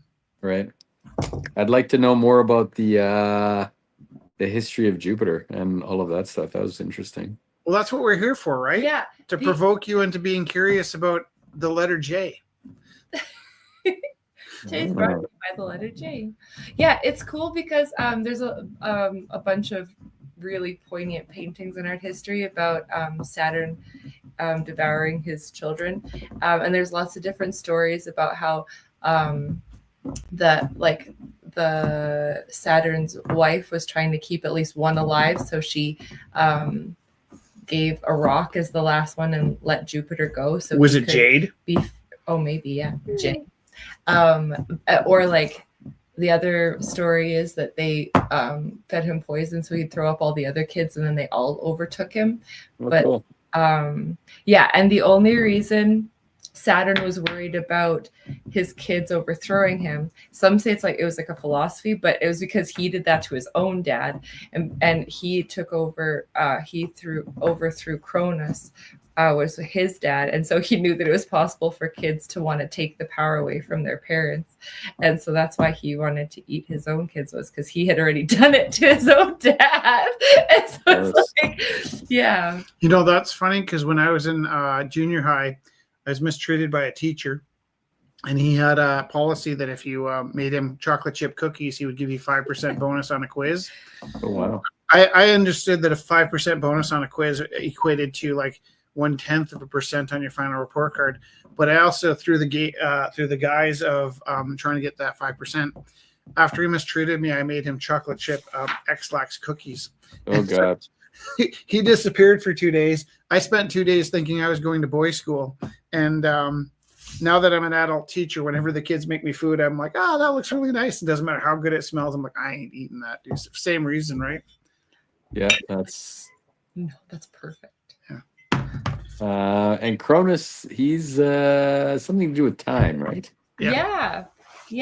Chronologically. Kind of like the first. He was like the one of the like first gods. So that's how like the idea of the creation of time and the creation of everything setting in motion. Cool. Yeah.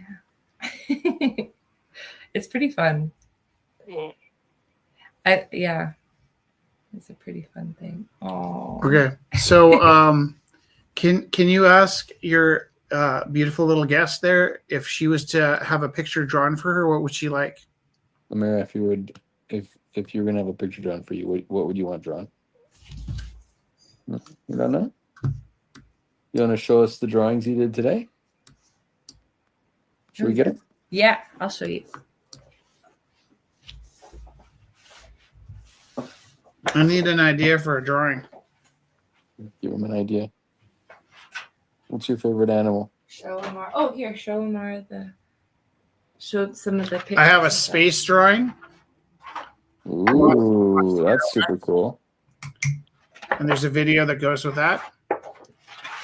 And I have a painting of Jupiter battling some trolls. That's a bit scary for late night. I have Jupiter kind of more in the vein of if Jupiter was a Norse god. Cool. I have the letter J. It's letter J. This is from a few weeks ago, Icarus falling from the sky. I did a drawing of a cup talking about the difference between an icon and a rendering. Cool. John Prine. I think I'm going to send that to Scott. And then this is for my friend Jay Del Coro. He's got a podcast called The Aimless Cook. And he and I sort of pioneered this practice of using cheap markers and water to blend your cheap marker paintings into watercolor paintings. We're saying this one too. Here's my man Shay. He's your friend. Wow. He's your buddy. That looks awesome. This one's gonna go to Blackbird Records because they put on a Bob Dylan movie at the Globe, and we did the letter G a few weeks ago. I just haven't sent it to them yet. And so yeah, what should I draw now? So you're going through all the letters of the alphabet eventually? We spin the wheel the way we used to. Jess dismantled her book and turned it into a tapestry. Yeah. And so we spin the wheel and it lands on a letter. And it could land on the same letter twice. Yeah. But we also really stretch what the letter has to mean. So like J could be for Jerry. Or H could be for Heritage Records. Yeah. Or like we could, Cam could be K or L or just A for awesome. Cool. Pretty liberal with our interpretations. What's J for? You want to tell me what J is for? J. Any J. Juice. What kind of juice do you like the best? What kind of juice do you like? Apple juice? In a box or in a cup? How do you like your apple juice? In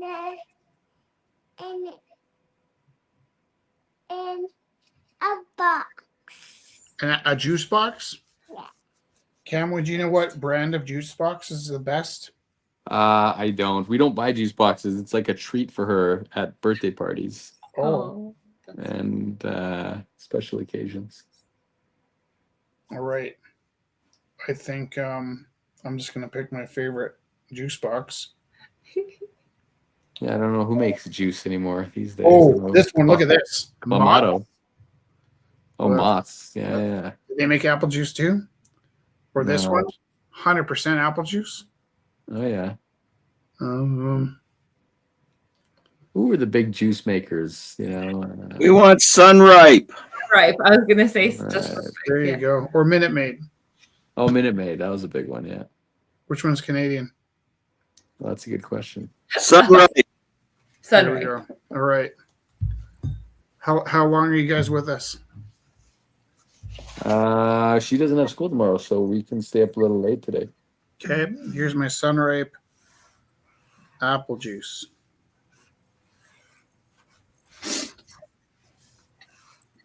Can you see that? Maybe I'll turn the light out and see it better. Yeah. Yeah, it is better.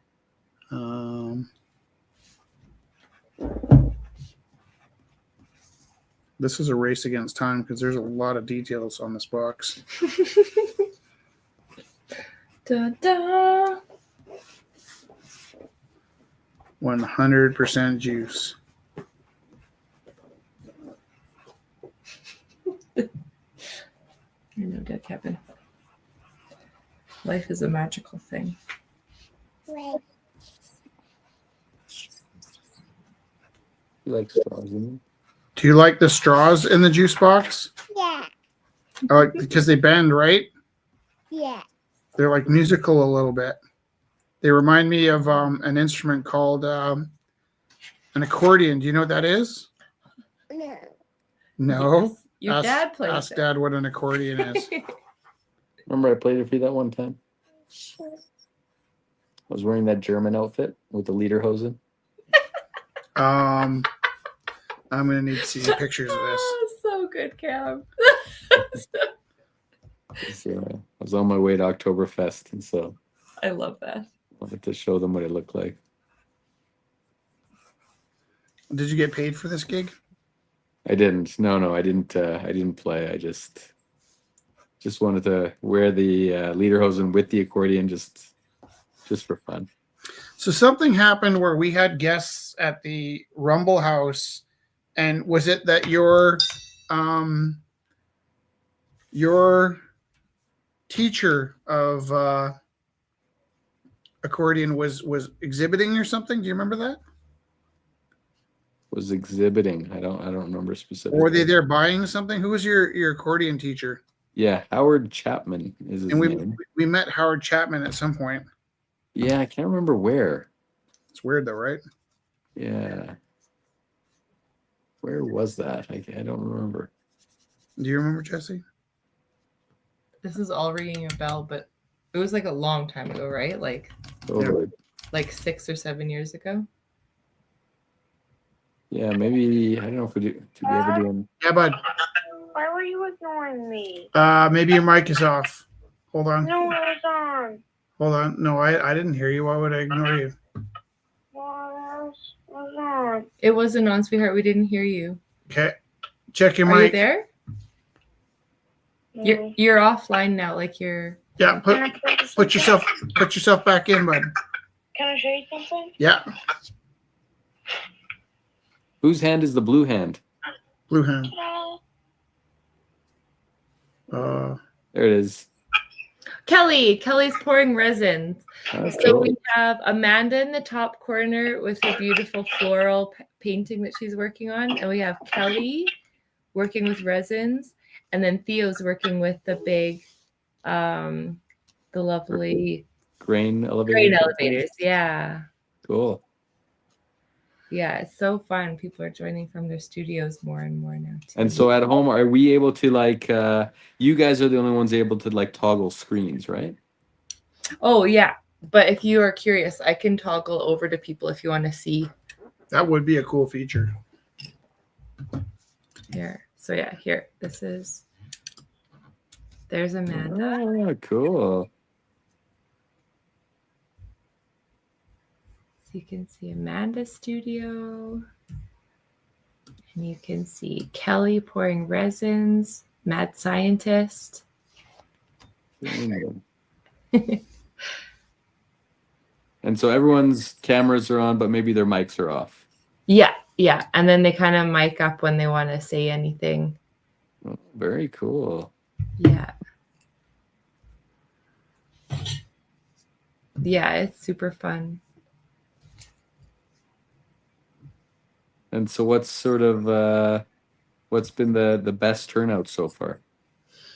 Oh, for numbers?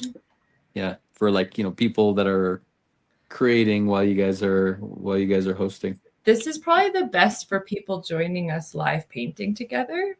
Okay, cool. It is a big switch. Like, I think to some extent, the crowd that we're really reaching before might have had a slight addiction to the auction and the gambling aspect of auctioning. Right. And so we've moved, and we still get a lot of support from those people. But what we've noticed is there's a different group of people logging on to be part of the show. This show that's less about the auction and more about just interacting. And Right. so even the artists that were really regular have kind of turned over a little bit, slightly different universe now.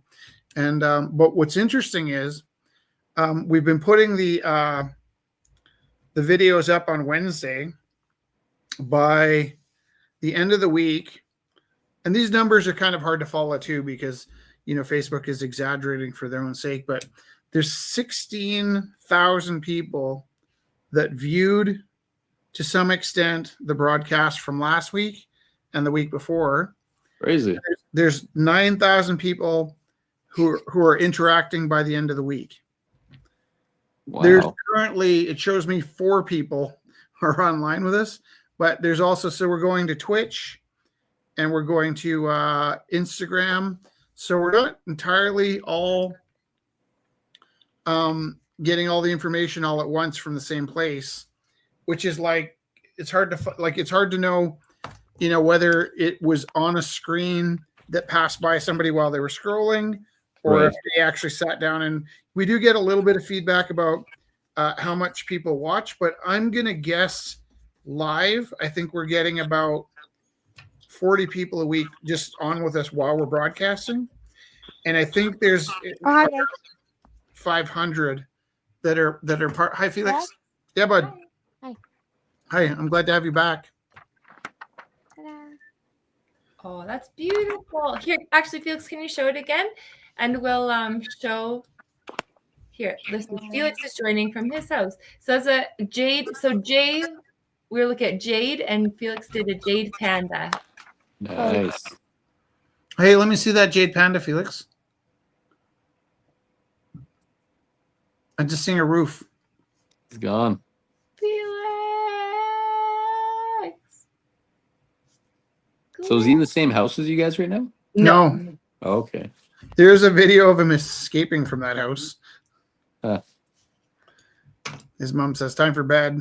And then he sneaks out the window and takes the bus to our house. And she was such a good sport about letting us shoot that. Guys? Yeah, bud. What happened? You're in here 3 times now, sweetheart. What's happening?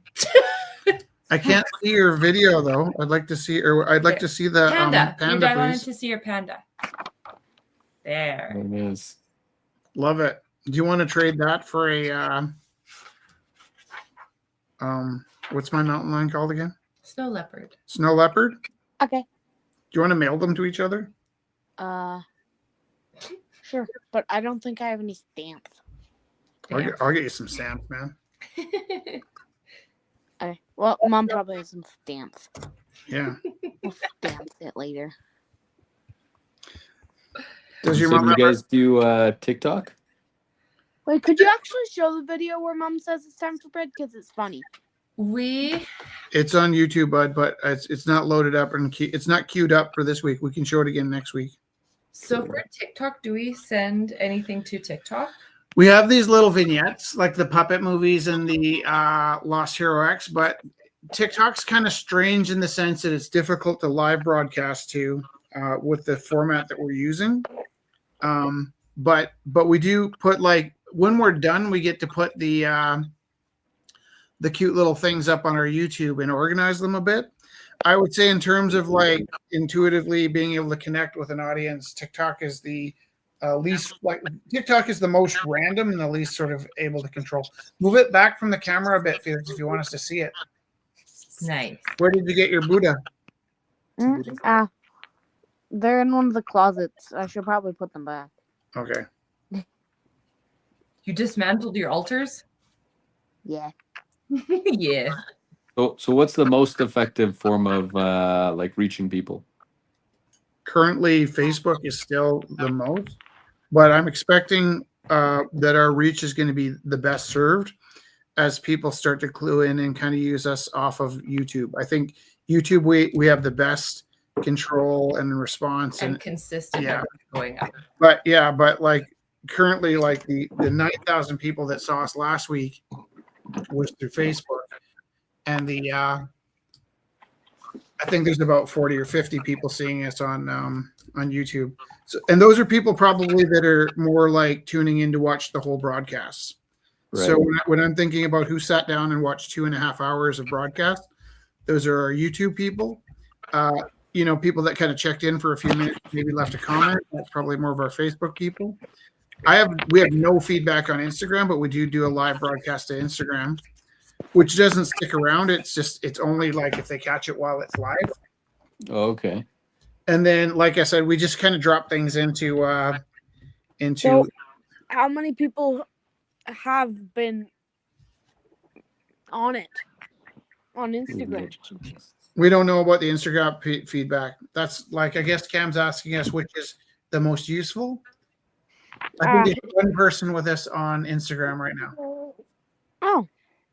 But look how many, like, there's lots and lots that join in. And watch for a little bit. Yeah. And then leave. Yeah. So it's just harder to catch numbers on Instagram because it's on and then it goes. But also, like, people are watching it not live as well, which is interesting because it means that people are kind of seeing that we did it. And then, there's a big boost Saturday morning and there's another big boost Monday night where it's like, I think people are just tidying up or cooking and they don't want to miss their favorite TV show. So they just throw on the YouTube and listen to us ramble, which is pretty cute. And honestly, just being here with you tonight, Cam, is worth our effort. So even if nobody's watching, it's just been neat to connect. And as far as like we've gotten 5 pieces of mail to our post box, which is only about 3 weeks old. Yeah. So well, that means we've at least have 5 people watch stuff. Yeah, I think when I told Kevin about it today, I told him that we'd had 5 messages and he was kind of impressed. And then I mentioned that it was hard mail, like paper that came with stamps. And he's like, I would say a handwritten letter is probably worth around 5,000 emails, right? Because he was assuming when I was telling him I was getting feedback that they were emails. Like, no, they're like handwritten letters, which is pretty darn fun. That is cool.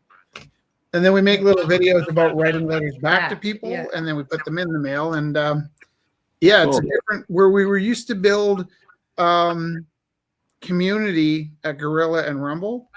We're building something different. It's more of an intimate connection, and it's a little bit like old-fashioned, and we don't really know what we're doing yet, other than it's really sweet.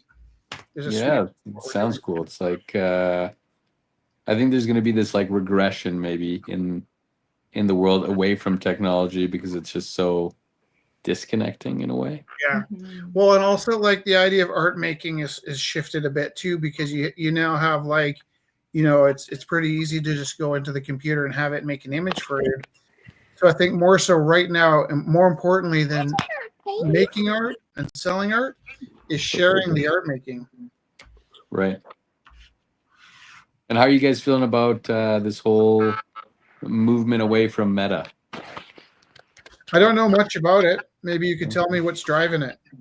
For me, I actually don't know. I get my information from Emily because since maybe a couple months ago, I've been trying to not go on social media or even like the news or like watch any TV or sports or anything like that, just as almost as a break and diet to free up time.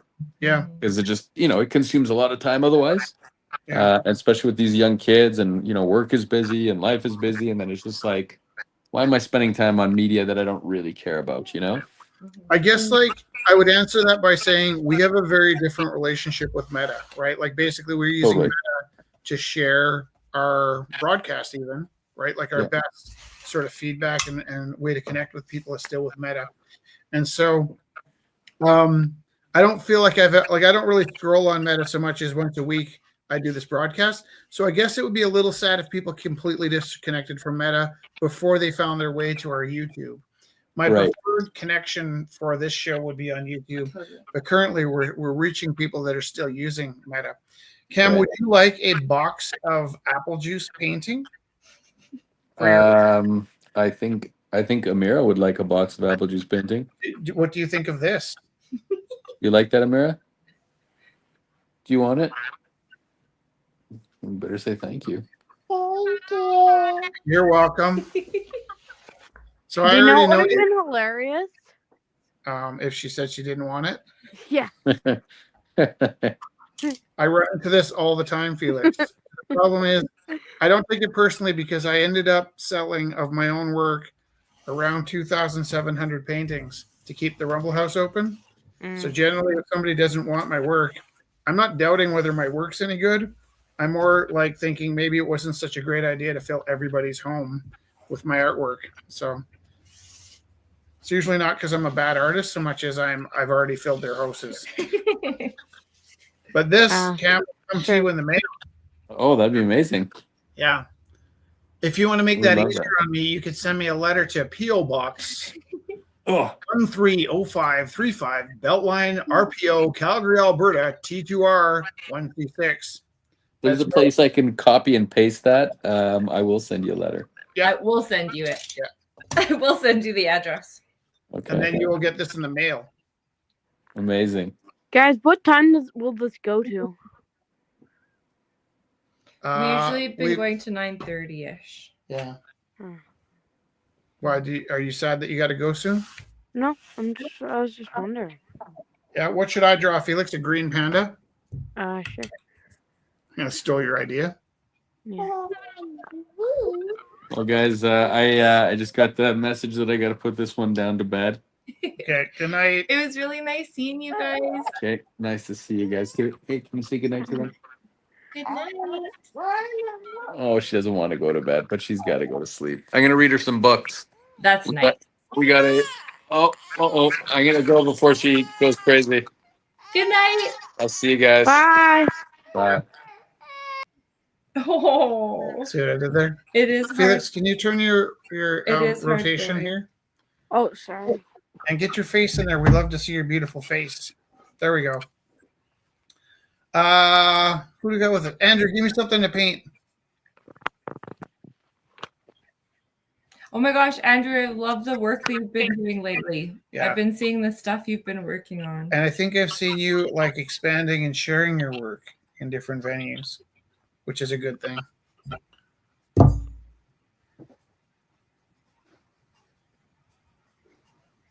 I just got a blank screen. I'll put it onto put Felix on. Hey, bud. Hello. It looks like you have paper. Oh no, it's still the feeling. We're gonna have to build you a set behind you. I like when you can see that curtain. That's cute. You have a curtain that Jesse made. I like that it's like space. It looks like planets. Yeah. I'm working on my. I've got other polka dots. I've got a whole bunch of dots. Also got these ones. Oh shoot! Are you showing the polka dots now? Oh, good. Got lots of polka dots. Yeah, I got lots of polka dots. Oh, I yeah. got- People I at also home, got they these can ones. take a screenshot of the address. Wait. It's also on the Facebook page and the Yeah, Instagram page. Available. P.O. Box 13035, Beltline, RPO, Calgary, Alberta, T2R 1C6. Draw the man behind the curtain. Oh my goodness. The wizard. That's either a weird coincidence or Andrew's a very good listener. The man behind the curtain. The great and powerful Oz. No, this is a different man behind the curtain. I had this crazy dream this week that that somebody passed away at the gallery like years ago, and then when we were cleaning up the gallery, I had like these old tires I needed to get rid of, and when I was getting rid of one of the tires, I realized the remains of one of our past friends was inside the wheel of the tire. And so I was like all freaked out. Like, we should have gotten rid of this. Like, we should have not gotten rid of it, but like gone through proper channels. And so in this dream, I was freaking out because it was too late to call, like whoever you would call. Whoever you call at that moment. So we've been hiding this body, this corpse for like years. And as we were cleaning out the gallery, I suddenly realized I needed to deal with this corpse that was stashed in a big like a tractor tire. What's happening? He goes, oh my god. Yeah, this is a dream, by the way. It's not something we actually did. Oh yeah, of course, right. Yeah. Andrew, tell me the relationship you have with the Tin Man.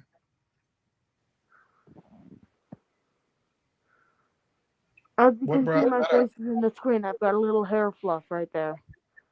Hair fluff? Yeah, my face is in the Better screen. than a butt fluff. What? Nothing.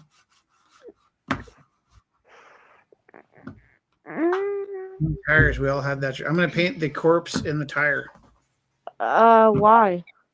No, it's a joke. I would never do that. Oh, why? It did wig me out. It was also one of those dreams that kind of carried over into my waking, where I woke up and I was like immediately like looking at Jess, thinking like, how did I get her into this? How are we going to get out of this? All this stuff, like really like stressed out. And then suddenly I realized like, wait a minute. That's not in the real. Andrew, were you by any chance with us when I showed the space movie?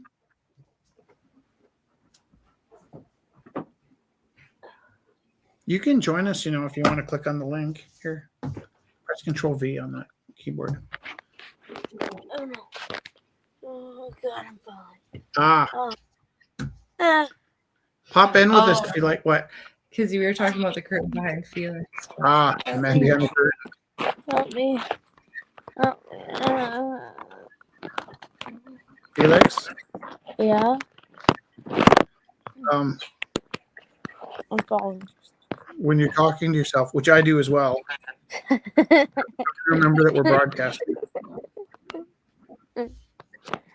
Ow.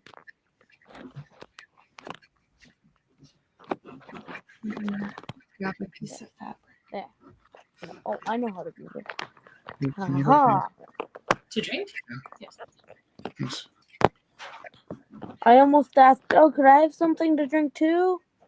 That might go away. I got a thirsty Buddha for you here.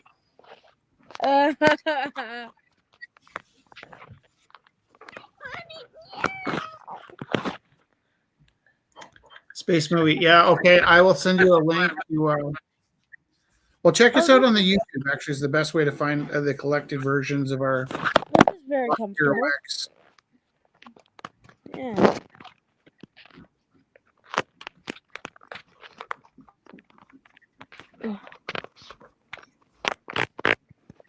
Felix.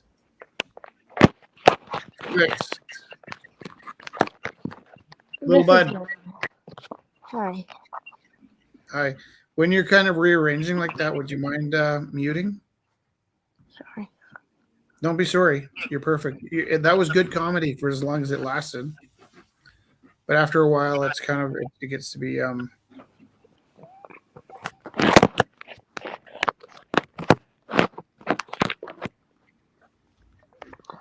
Oh yeah, that's what I wanted to say about the YouTube.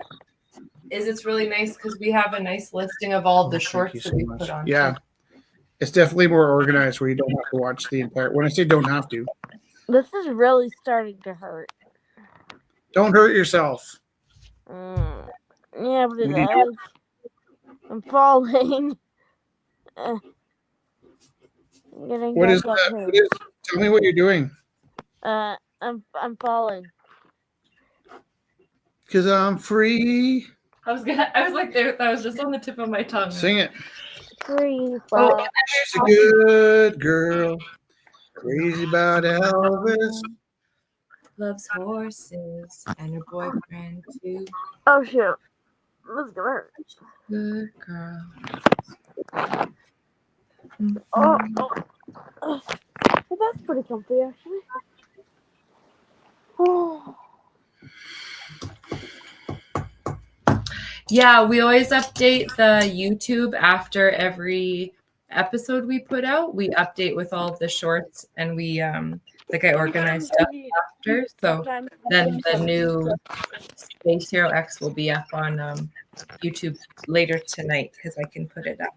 If I randomly log off, it's because my phone died. Okay. You do. Is that random? Or predictable? No, it's like at 4%, but it's not charging. So. Hey, Felix. Yeah. Where does metal come from? Ore. And how does it get out of the ore? You mine it with a pickaxe. So you mine it, right? You get the metal out of the and then mine. you smelt it. I've played Minecraft. I know this. Well, I was asking what does smelting mean? Like you put rocks into a somewhere really hot, and then the metal comes out of the rocks, like it kind of flows out of the holes. But not all rocks have Minecraft is so good for these kids. Like honestly, It's funny because I always like it's a grade 7 lesson, right? And most of the kids kind of glance by that lesson. So I got a high school class, and I'm like, how many of you guys know where metal comes from? None of them knew. And then there's like teachers' aides in the room. I'm like, how do you guys know where? And I always like test the adults in my building, whether they know the science that I'm teaching. And it's funny because a lot of people kind of learn stuff and then forget it after the exam. But you seem to know lots of stuff, and that's impressive. Okay. I wasn't expecting you not to know, but I want you to know that there's a lot of people that don't really grasp how the metal gets out of the rocks. It's one of those things most people sort of know, but don't really sort of piece together into a vision. I kind of describe it like there's holes in the rocks, kind of like the pores in your skin, and the metal kind of like trapped. The metal's kind of trapped in your in the rocks, the way that you know, like metal's trapped in your skin. So they heat up the rock, and it's a little bit like like pus or like zits, where the oil comes out through the small pores. It drips out as a fluid while it's super hot. I think of it more like a sponge, but like, yeah. But I had this funny thought last semester where I was thinking about how, and this is interesting to think about. I often think about solids, liquids, and gases, specifically in terms of how that means when we're on the Earth, right? We're like, what about plasma? Well, that's what I'm talking about, plasma as well. But we tend to because we tend to like biasly think of it on the Earth. So if I asked you what if steel was a solid, liquid, or gas, you'd probably say solid, right? But at the as you get closer to the sun, steel is a liquid, and then you get even closer to the sun, and steel is a gas. And so it's interesting to think that if you had like a metal made out of two different metals, and when you heat it up, one of the metals is going to melt faster than the other metal, and they're going to separate. So you think of like, you've mixed metals and they harden. You think of that as permanent. It's only permanent because we take for granted that we live on Earth temperatures, right? Yeah, like imagine having a sword and then going into space and being like, oh, shoot. Yeah. Well, yeah, like if you got closer to the sun, you'd have like a handful of plasma. I think that's why they did that. I think that's why Star Wars characters have oh wait, I can't say that. But you can say Star Wars. Okay. So lightsabers. Yeah. And because they're awesome. But like instead of metal swords, they've got lightsabers so that they don't melt. Yeah. When they go to different planets. Some of the Star Wars characters have like traditional metal weapons. Yeah. I feel like they're less intergalactic though. Yeah. But I also feel like Like Beskar probably has a really high melting point, you know? Yeah, or like that part doesn't really make sense to me. No, I think there must be something where it goes through a process and becomes something else. Like it only melts because it's transformed into something magic. There needs to be like a magic layer to that for it to be, traditionally when you think about how smelting works, it doesn't really hold up against lightsabers. no, I think it's probably hot. Like the fire that they melt it with is hotter than lightsabers. Try and get your mouth closer to the microphone, bud. I think the heat that they melt it with is probably hotter than lightsabers. Right. I don't think anything's hotter than a lightsaber. Well, it might be the same heat as a lightsaber, and they just leave it in there for a really long time. Yeah.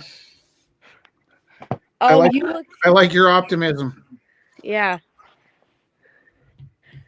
I guess, like, you were explaining to me last year what plot armor is, right? Yeah. There must be like an equivalent to plot armor, like our willingness to bend our suspension of disbelief. Like the more you love Star Wars, the farther you're willing to stretch your imagination to make it work. Yeah. That's one of the fun things about George Lucas is he gives you all these special effects, but you really need to stretch your imagination to believe the stories. Yeah. How come Darth Vader didn't know that Leia was his daughter? And then everybody's got a fantastic explanation, but it's like as much work to keep the viewers have to fight for the continuity, Yeah. I like plays where the set is very minimalist and they just have like a black background. And I feel like Star Wars is the opposite, where they have a very vivid background, but you have to black out your logic. I feel like I've against Star Wars. Yeah, bud. Though, like, it is Anakin. Were you expecting him to be intelligent? Right. Campaigners teasing me about flat Earth again. I don't believe you. I don't believe you, man. What happened? Oh, I have a friend that likes to tease me that there's a flat Earth. Was that last week that somebody was teasing me about faking the moon landing? It was Campaigner. Yeah. What? We love him. He's just teasing me. That makes no sense. How would you fake the moon landing? Well, okay. It's possible to the extent that maybe they had a backup plan if they didn't land the moon. Because they wanted to beat the Russians. But I wholeheartedly think to take something as important as the moon landing and speculate it didn't happen is kind of like the erasing of Neil Armstrong. The achievement. Well, it's I don't like when so like if one government battles another government and then there's a winner and then they erase the people. It's not just that they've beaten them in a war, but they erase their stories. Like they were saying in Monuments Men, you wipe out their dreams, you wipe out their histories. And I think that like I can understand the novelty of like turning something like the moon landing into a fiction, but you're erasing the achievement of those people that gave, if you believe that they gave their lives to do such a thing. I think it's important to not. Well, like they didn't die, but they definitely put in a whole bunch of work. Like, Campaigner said "haha," which I'm taking as like "haha, I'm with you, brother," but it might be like "haha, you fool." And I kind of like that aspect that I'm free to choose the best case scenario. Look, I'm going to embroider a kill card to put up. I think "haha, you fool" is a better case scenario. Hey, we're going to be nice to each other. I'm your dad. You need me for braces. What? I only want people to tell the truth. Oh. And the truth is your dad's a boob? No. What am I, some kind of clown? Well, actually, pretty happy with the way actually, I'm happy with that splash, too. That was fortuitous. That was Ultramaroon. I like how my Tin Man turned out. I hope. Is Andrew Sable with us still? Maybe. Andrew, send me a letter and I'll send you this Tin Man. Throw me the idol and I'll throw you the whip. Everything's so conditional, I think it's better. This whole thing, I think, is better than the short form. What do you got there? Remind me. Oh, would you please read us kiln prayer? Your kiln prayer. So last time we were talking about ceramicist. I think everyone says a little bit of guys, a prayer. my phone's at 1%. Okay. Good night, buddy. I love you. Good night, Felix. Thanks for joining us. Okay, bye. Bye-bye. Bye-bye. So I'm going to embroider this and put it above the kiln because we were talking about it in class today. And the kids were like, please, could you write it down? Because I said, I have something in my heart when I pack the kiln. But they're like, can we all say it? So then it's like we all put our energy together is like the sweetest thing. And so this, I think this is close if it's not exact. Remind me that I've done the best I could. I did my best. Help me let go. My work is in your hands. Keep the fires constant. Keep the heat true. Keep the wares safe. I am blessed to create. I am blessed to discover. I am blessed. Can I change it? Yeah. Okay. Try it like this. So repeat that twice. Yeah, say it again. Remind me that I have done the best I could. I did the best I could. Yeah. Help me let go. My work is in your hands. Keep the fires constant. Keep the heat true. Keep the wares safe. I am blessed to create. I am blessed to discover. I am blessed. Yeah. Yeah? Yeah. That last, I am blessed, is that too much? I like threes. No, it's good. Repetition's good. And threes are good. Threes are I love the true because we talk about truing the wheel. Yeah. I'm tempted to change it to keep the heat hot, but keep the heat true is good too. True. I had a conversation with one of my students that hates to be told what to do today. And I was saying, it's funny because on every level, she kind of like belligerently ignores what I asked the class to do. She does her own thing. And then she'll be kind of on a path. I'm like, oh, you're getting somewhere. And I'll have this compulsion to tell this one kid, here's what I think you should do with that. And just because I know her, I leave her alone. And invariably, she'll take the piece somewhere completely different than I would have taken it. Mm-hmm. But I do teach the kids. I just, not in the way you'd expect. Can I tell you that you, by you suggesting that I embroider the manifesto, mm-hmm. You swore 10 years ago, 11 years ago. You swore at me when I suggested 11 years ago. Yeah. But I'm telling you right now. Andrew would love the Tin Man. Do you know how you get it, Andrew? You send me a letter at P.O. Box 13035 Beltline RPO Calgary, Alberta T2R 1C6. Send me a little letter and I'll mail you the Tin Man. And we had to get a P.O. box because if we tell everybody where we live, I'll open the door and find somebody waiting for me. Like that. But send me a letter and it's free. Well, not free because you need to buy a stamp. This is like I should wait for this and it'd be so beautiful if I do. But it's also, we're kind of done in about 15 minutes. So I'm going to speed dry it by, it's not bad. It's not bad. But I do like the way that they dry when you leave them alone. Is that fair, Andrew? You can have this if you send me a letter. I was going to say I've done my lettering and I know how to do my lettering better since that moment. Yeah. And you wrote a book that came out of it and you gave a TEDx talk that was related to it. Yeah. I learned lettering because somewhere around grade 10, and I wasn't a comic book reader. I always liked comic characters, but I wasn't somebody that read comic books. Somewhere around grade 10, I kind of thought I had an aptitude for drawing things out of my head. And I decided I might try and be a comic book illustrator, which I think is a dream for a lot of young people. And so that year, I decided, well, if I want to be Josie.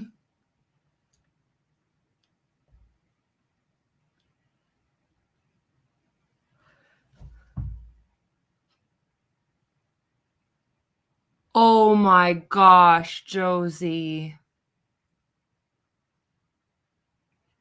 My brain is exploding just like that Jim Henson head. Here. Can we please see picture? I'm gonna say an extra prayer for you and your Jim Henson head. Peace. Josie, see if you can click in and visit us. Click on that Isle of Roux. Oh my gosh, I can't wait.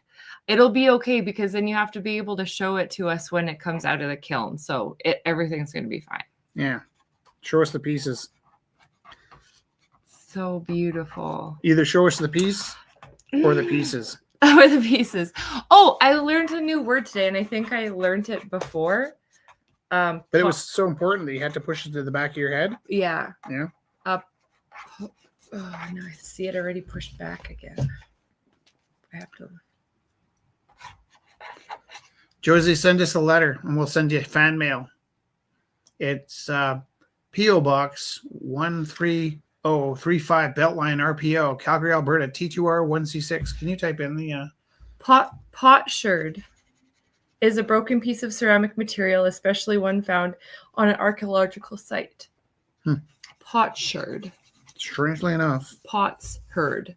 I knew that one. I didn't, because I was looking You up. want to know saints. why? Want to know why you've never heard me use that word? Why? There are a number of words that I learned through my mom, who had a Welsh accent, not that one, and reading. And most of the words that I learned through reading, or my mom, who had a Welsh accent, right, I never speak out loud because I'm afraid of saying them wrong. Right. And also, what you just said, didn't sound anything like I would have said it. Is it spelt funny? Potsherd. Look, Potsherd. Yeah. I don't know. I recognize the definition. I have a different sound in my head. Here's my worst case scenario. I was just talking about comic books.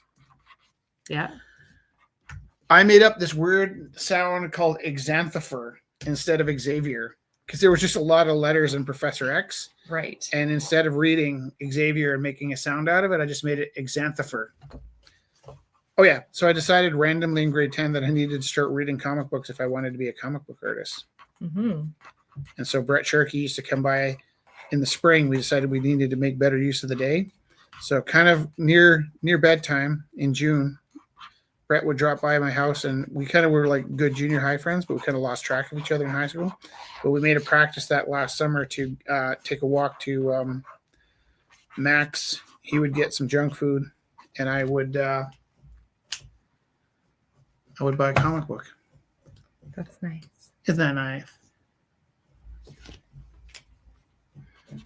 Josie, send us a letter, and we'll mail you a painting and some fan mail. This one bent line is throwing my straight lines Isn't it off. kind of amazing that we're doing this? And like, I don't know if you're like me, but I about 90% assume nobody's watching. And then people respond to us, and it's like, what's happening there? Look how nice. Thanks. No, it's like very magical. Everything that's happening is very magical. So yeah, Zana, if Actually, you're watching, and I'll the be student sending I was talking you... about that I just let her do her own thing. Yeah. Very much like Josie Power. You did not tell Josie what to do. She wanted to lose an eye. Very, very powerful voice. That's good.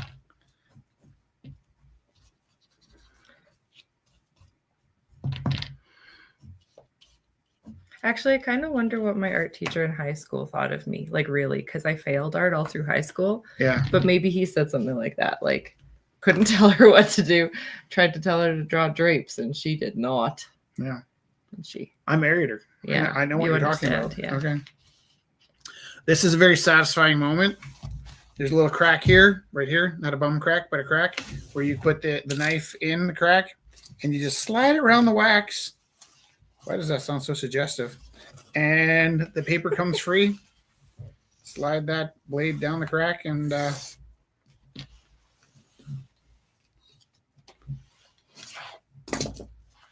it's 12 a.m. East Coast, but I sent the WIPs to you and I will be sending mail.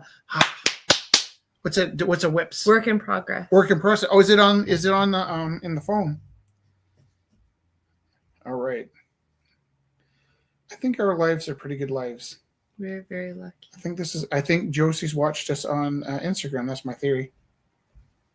Here we go. Here's the work in process.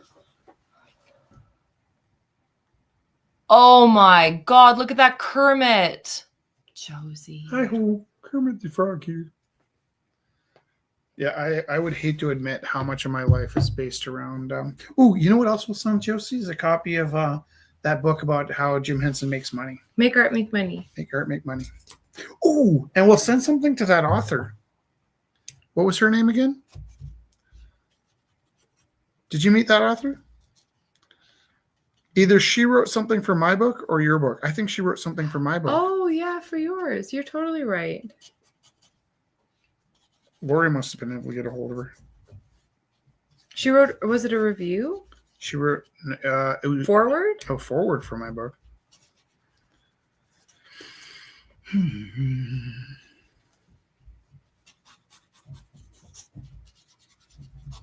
It's funny. For 12 years in a row, I would say at the end of every Rumble, that was my favorite Rumble. Not every, but almost every. There was that one I spent the night in the street trying to talk that guy out of killing Jacob Bay. But Jacob Bay. But there was a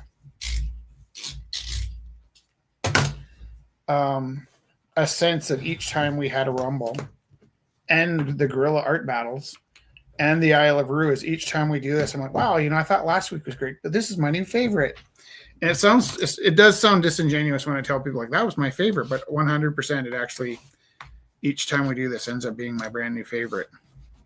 I think that means we're onto something. We're on the right path. Yeah, see?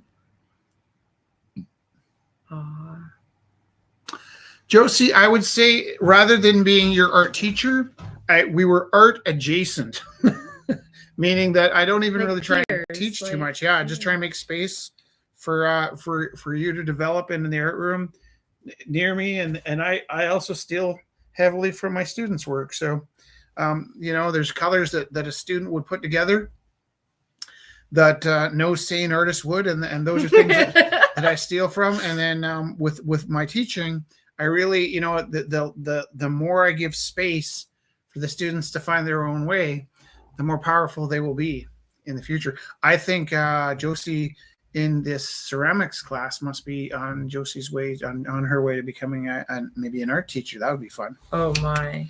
Come steal my job when I'm old and dead. Here's I would love that. That's not sarcasm. I'm not good at sarcasm. Here we go. That is really beautiful. Okay. So I got Sunripe. I got a whole pile of stuff here. We have so much art to send out. So beautiful. That was like from last time. Okay. What should I paint? Are we 10 minutes? I got 10 minutes. I can paint something. Oh no, I'm just saying. We can do whatever. Looks like our camera's not charging. What's happening there? Somewhere along the line, this got jiggled. Tell me if the lightning bolt comes in there. Is it melting? Good. It does say plugged in. There's just 2 lines in it though. Oh, unplugged. Plugged. Is it charging? Do you see the little lightning bolt? No. Why do you think it's plugged in? Because there's a plug. It disappeared when it was unplugged. It's getting hot. Seems okay. Maybe that battery's just had La Biscuit.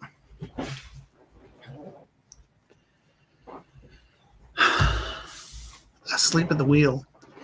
Ray Benson, big in Texas, in my soul. What kind of car was he driving when he was asleep at the wheel? With the thoughts that I'd be thinking, I could be another Lincoln if I only had the smarts. Yeah, I feel like I have to write a dragon putting a band-aid on a boo-boo. Right. I'm on it. I feel like there should be another, because like the prayer for the kiln is a very different prayer than the prayer for the making. Because there was a prayer that the Greeks would say to Athena, because Athena was the goddess of the wares and like the ceramicists too. And the prayer through Athena for the ceramics was more about fire this kiln well so that the potter can make lots of money, like the idea of making money off of the wares, because I think it was really about like making lots of pots and selling it in the. Was it a joke, perhaps? No. No.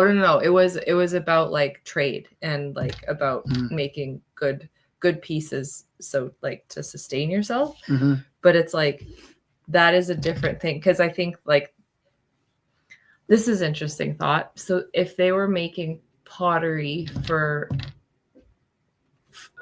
less for art and more for like markets, so that's more like looking at pottery as like a market based thing rather than a piece of art. Like Josie's piece would be like a piece of art. Like that is like, Yeah, when you want to make a big splash at the potting market, yeah, something as abstract as Kermit coming out of the head of Jim Henson is, it doesn't sit in that kitsch zone of an easy sell. right. You're doing it because your passion says this is in my mind and it needs to come out. Mm-hmm. Not because there's like it's in his mind and it needs to come out. Well, and it's not like Pottery Barn's dying, going to shut down if they don't get a shipment of Jim Henson's with Kermit's coming out of the head. It's very odd. You need to find the buyer for that piece who's made out of a special kind of mud. Mm-hmm. And to make those pieces that are outlandish and unusual and unpredictable, yeah, it takes a lot of courage. Yeah. So I hear you're skipping the easy marketability of certain easy payoffs. But like, to be honest, something I've learned over the years, if you like Volkswagens for a long time were like straight up cash in your pocket. You paint a Volkswagen and it's automatically sold. And that kind of passed. That time passed. Maybe because I kept telling people when I need money, I'd paint a Volkswagen. But I can see making like ceramic Volkswagen light fixtures would be kind of an easy sell at a market. But I love this Jim Henson piece. I haven't even seen it yet, but I love it.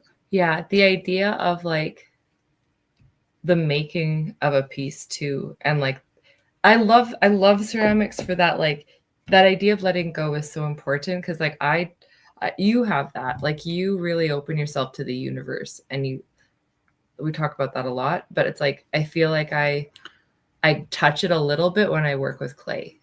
Like I'm able to open up a little bit more to the universe and like let that let stuff happen. Like when it dries and cracks, like that piece you didn't want to throw out that I kept, like when the big crack in it, you said, no, let's keep that one. Yeah, because it's got that awesome crack in it. Yeah. And that was in the drying process. That wasn't even in the kiln process. So it's like there's like different prayers, I think, that need to be.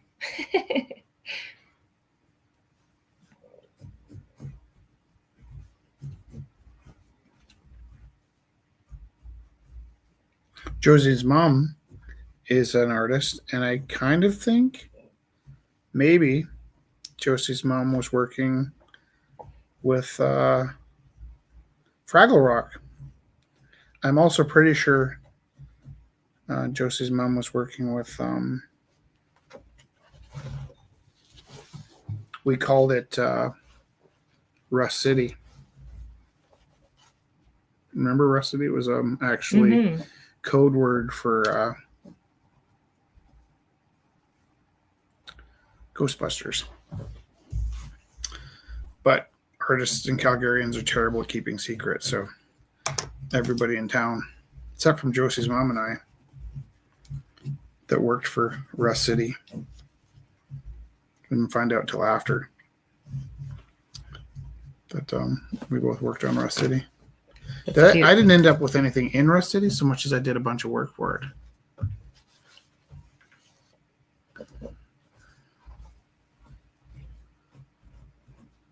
I do talk a lot about Jim Henson. I honestly don't think I would have survived to adulthood without Jim Henson. And there's a couple other, like, there's something about Leonard Nimoy that gave my wonky childhood some hope. And there are certain icons I really needed to survive and thrive. We're just talking recently about erasing Neil Gaiman is one of my go-to people I look to for support. Not support, but hope. You know, and like people like Muhammad Ali made some bad decisions.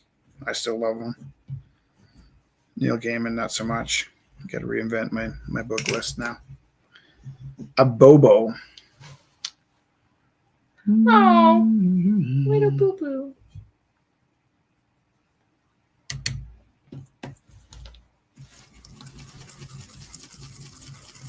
This paint set's getting pretty raw, you know? I can hear it.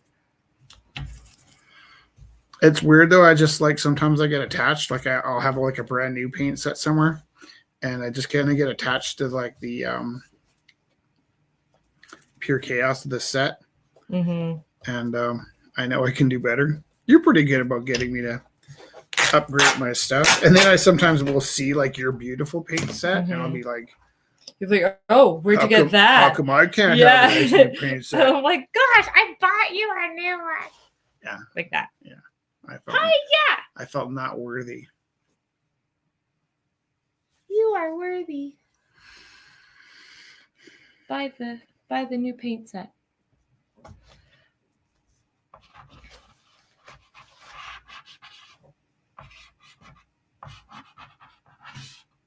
I like how wonky that is actually. Yeah? Yeah. It spreads out near the bottom. Mm-hmm. Actually, it kind of lets go. It just, that's how it goes. Okay, I like that.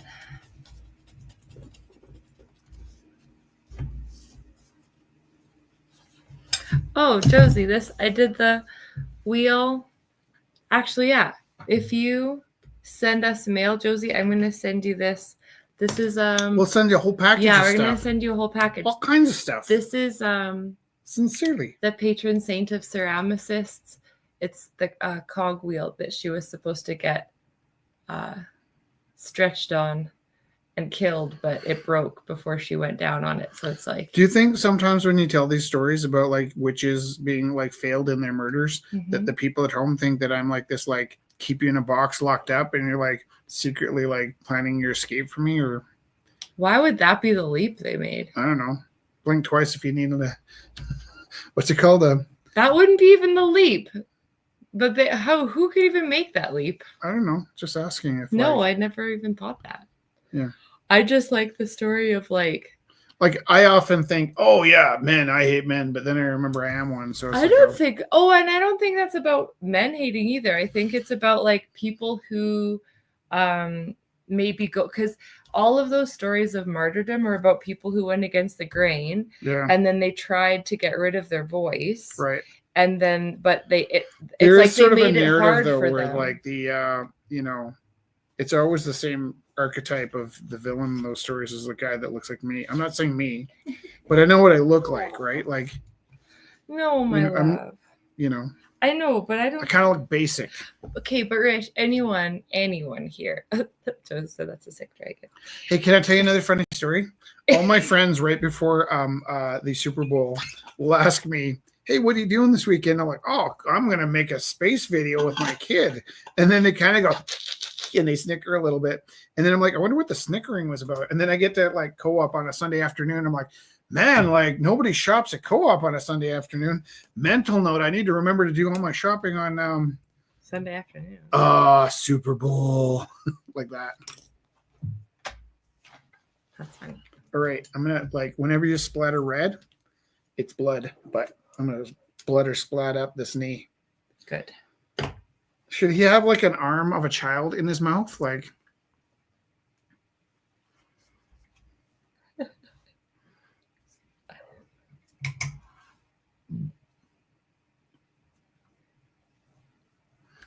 okay. There's these nice drips here that I'm going to let dry. And then cut me free. Cut me free. This is such a joy. I did cut 2 pieces of paper together today. I'm super like, you're like so free with this. And I'm so cautious about wasting a piece of paper. I don't have the same sense of like paper security that you have. I have like, like we have a little bit of housing insecurity. And I've got like, don't waste the paper insecurity. Is that going into the... There we go. Nope. Am I getting to the bottom? This is usually such a joy to cut this free. Oh, there we go. I think I got it. Oh, it's the last sheet. You have another one. This is the last straw. Because it looks like there's a cardboard. How am I going to free that? Because I'm free. Free falling. Did you ever get to the bottom?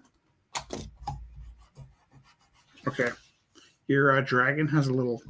Ouchie. Isn't that perfect? Here, check this out. I'm going to zoom in as far as I can go. It's not much farther. Here's the ouchie in the paper. Just like Jesse's TEDx talk. There will be blood. Look at this. There is blood. Look at...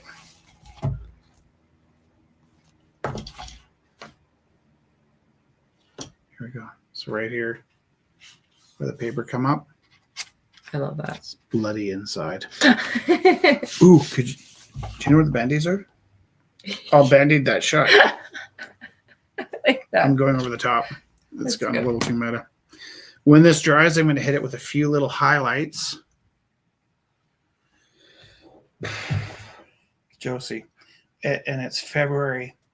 And if you're sensitive, this is the month where we suffer, right? Mm-hmm. So like anybody that's getting through a February in Canada, when the Americans are talking about turning us into the 51st state and we're erasing people's identities and equality is being clobbered and, like if you weren't feeling like a dragon with an ouchie knee, then you're dead inside and you got mud in your eyes, So it's a good sign. It's a good... Heart ain't broke till it's gone numb, It's good that you feel like an ouchie because these are the days where it's okay to feel it. Yeah. And that's when what? And it's not when you make art. And it's not paranoia if they're really out to get you. No, now's the time to feel that pain. And to make art. And you know what? Like absorb it and memorize it and hold on to it. Because when you're happy long enough, you start to miss the drama and the excitement of being miserable. So you miss that. You miss being morose if you're happy too long. See you guys next time. Good night, Take care, Kelly. Kelly. Have a good night. Bye. Bye. Can we see Theo's piece there too? Oh, Theo, I love that sky. Is that Kelly just disappeared? Yeah. Amanda's still with it? Oh, Amanda, I love those flowers. You're manifesting spring.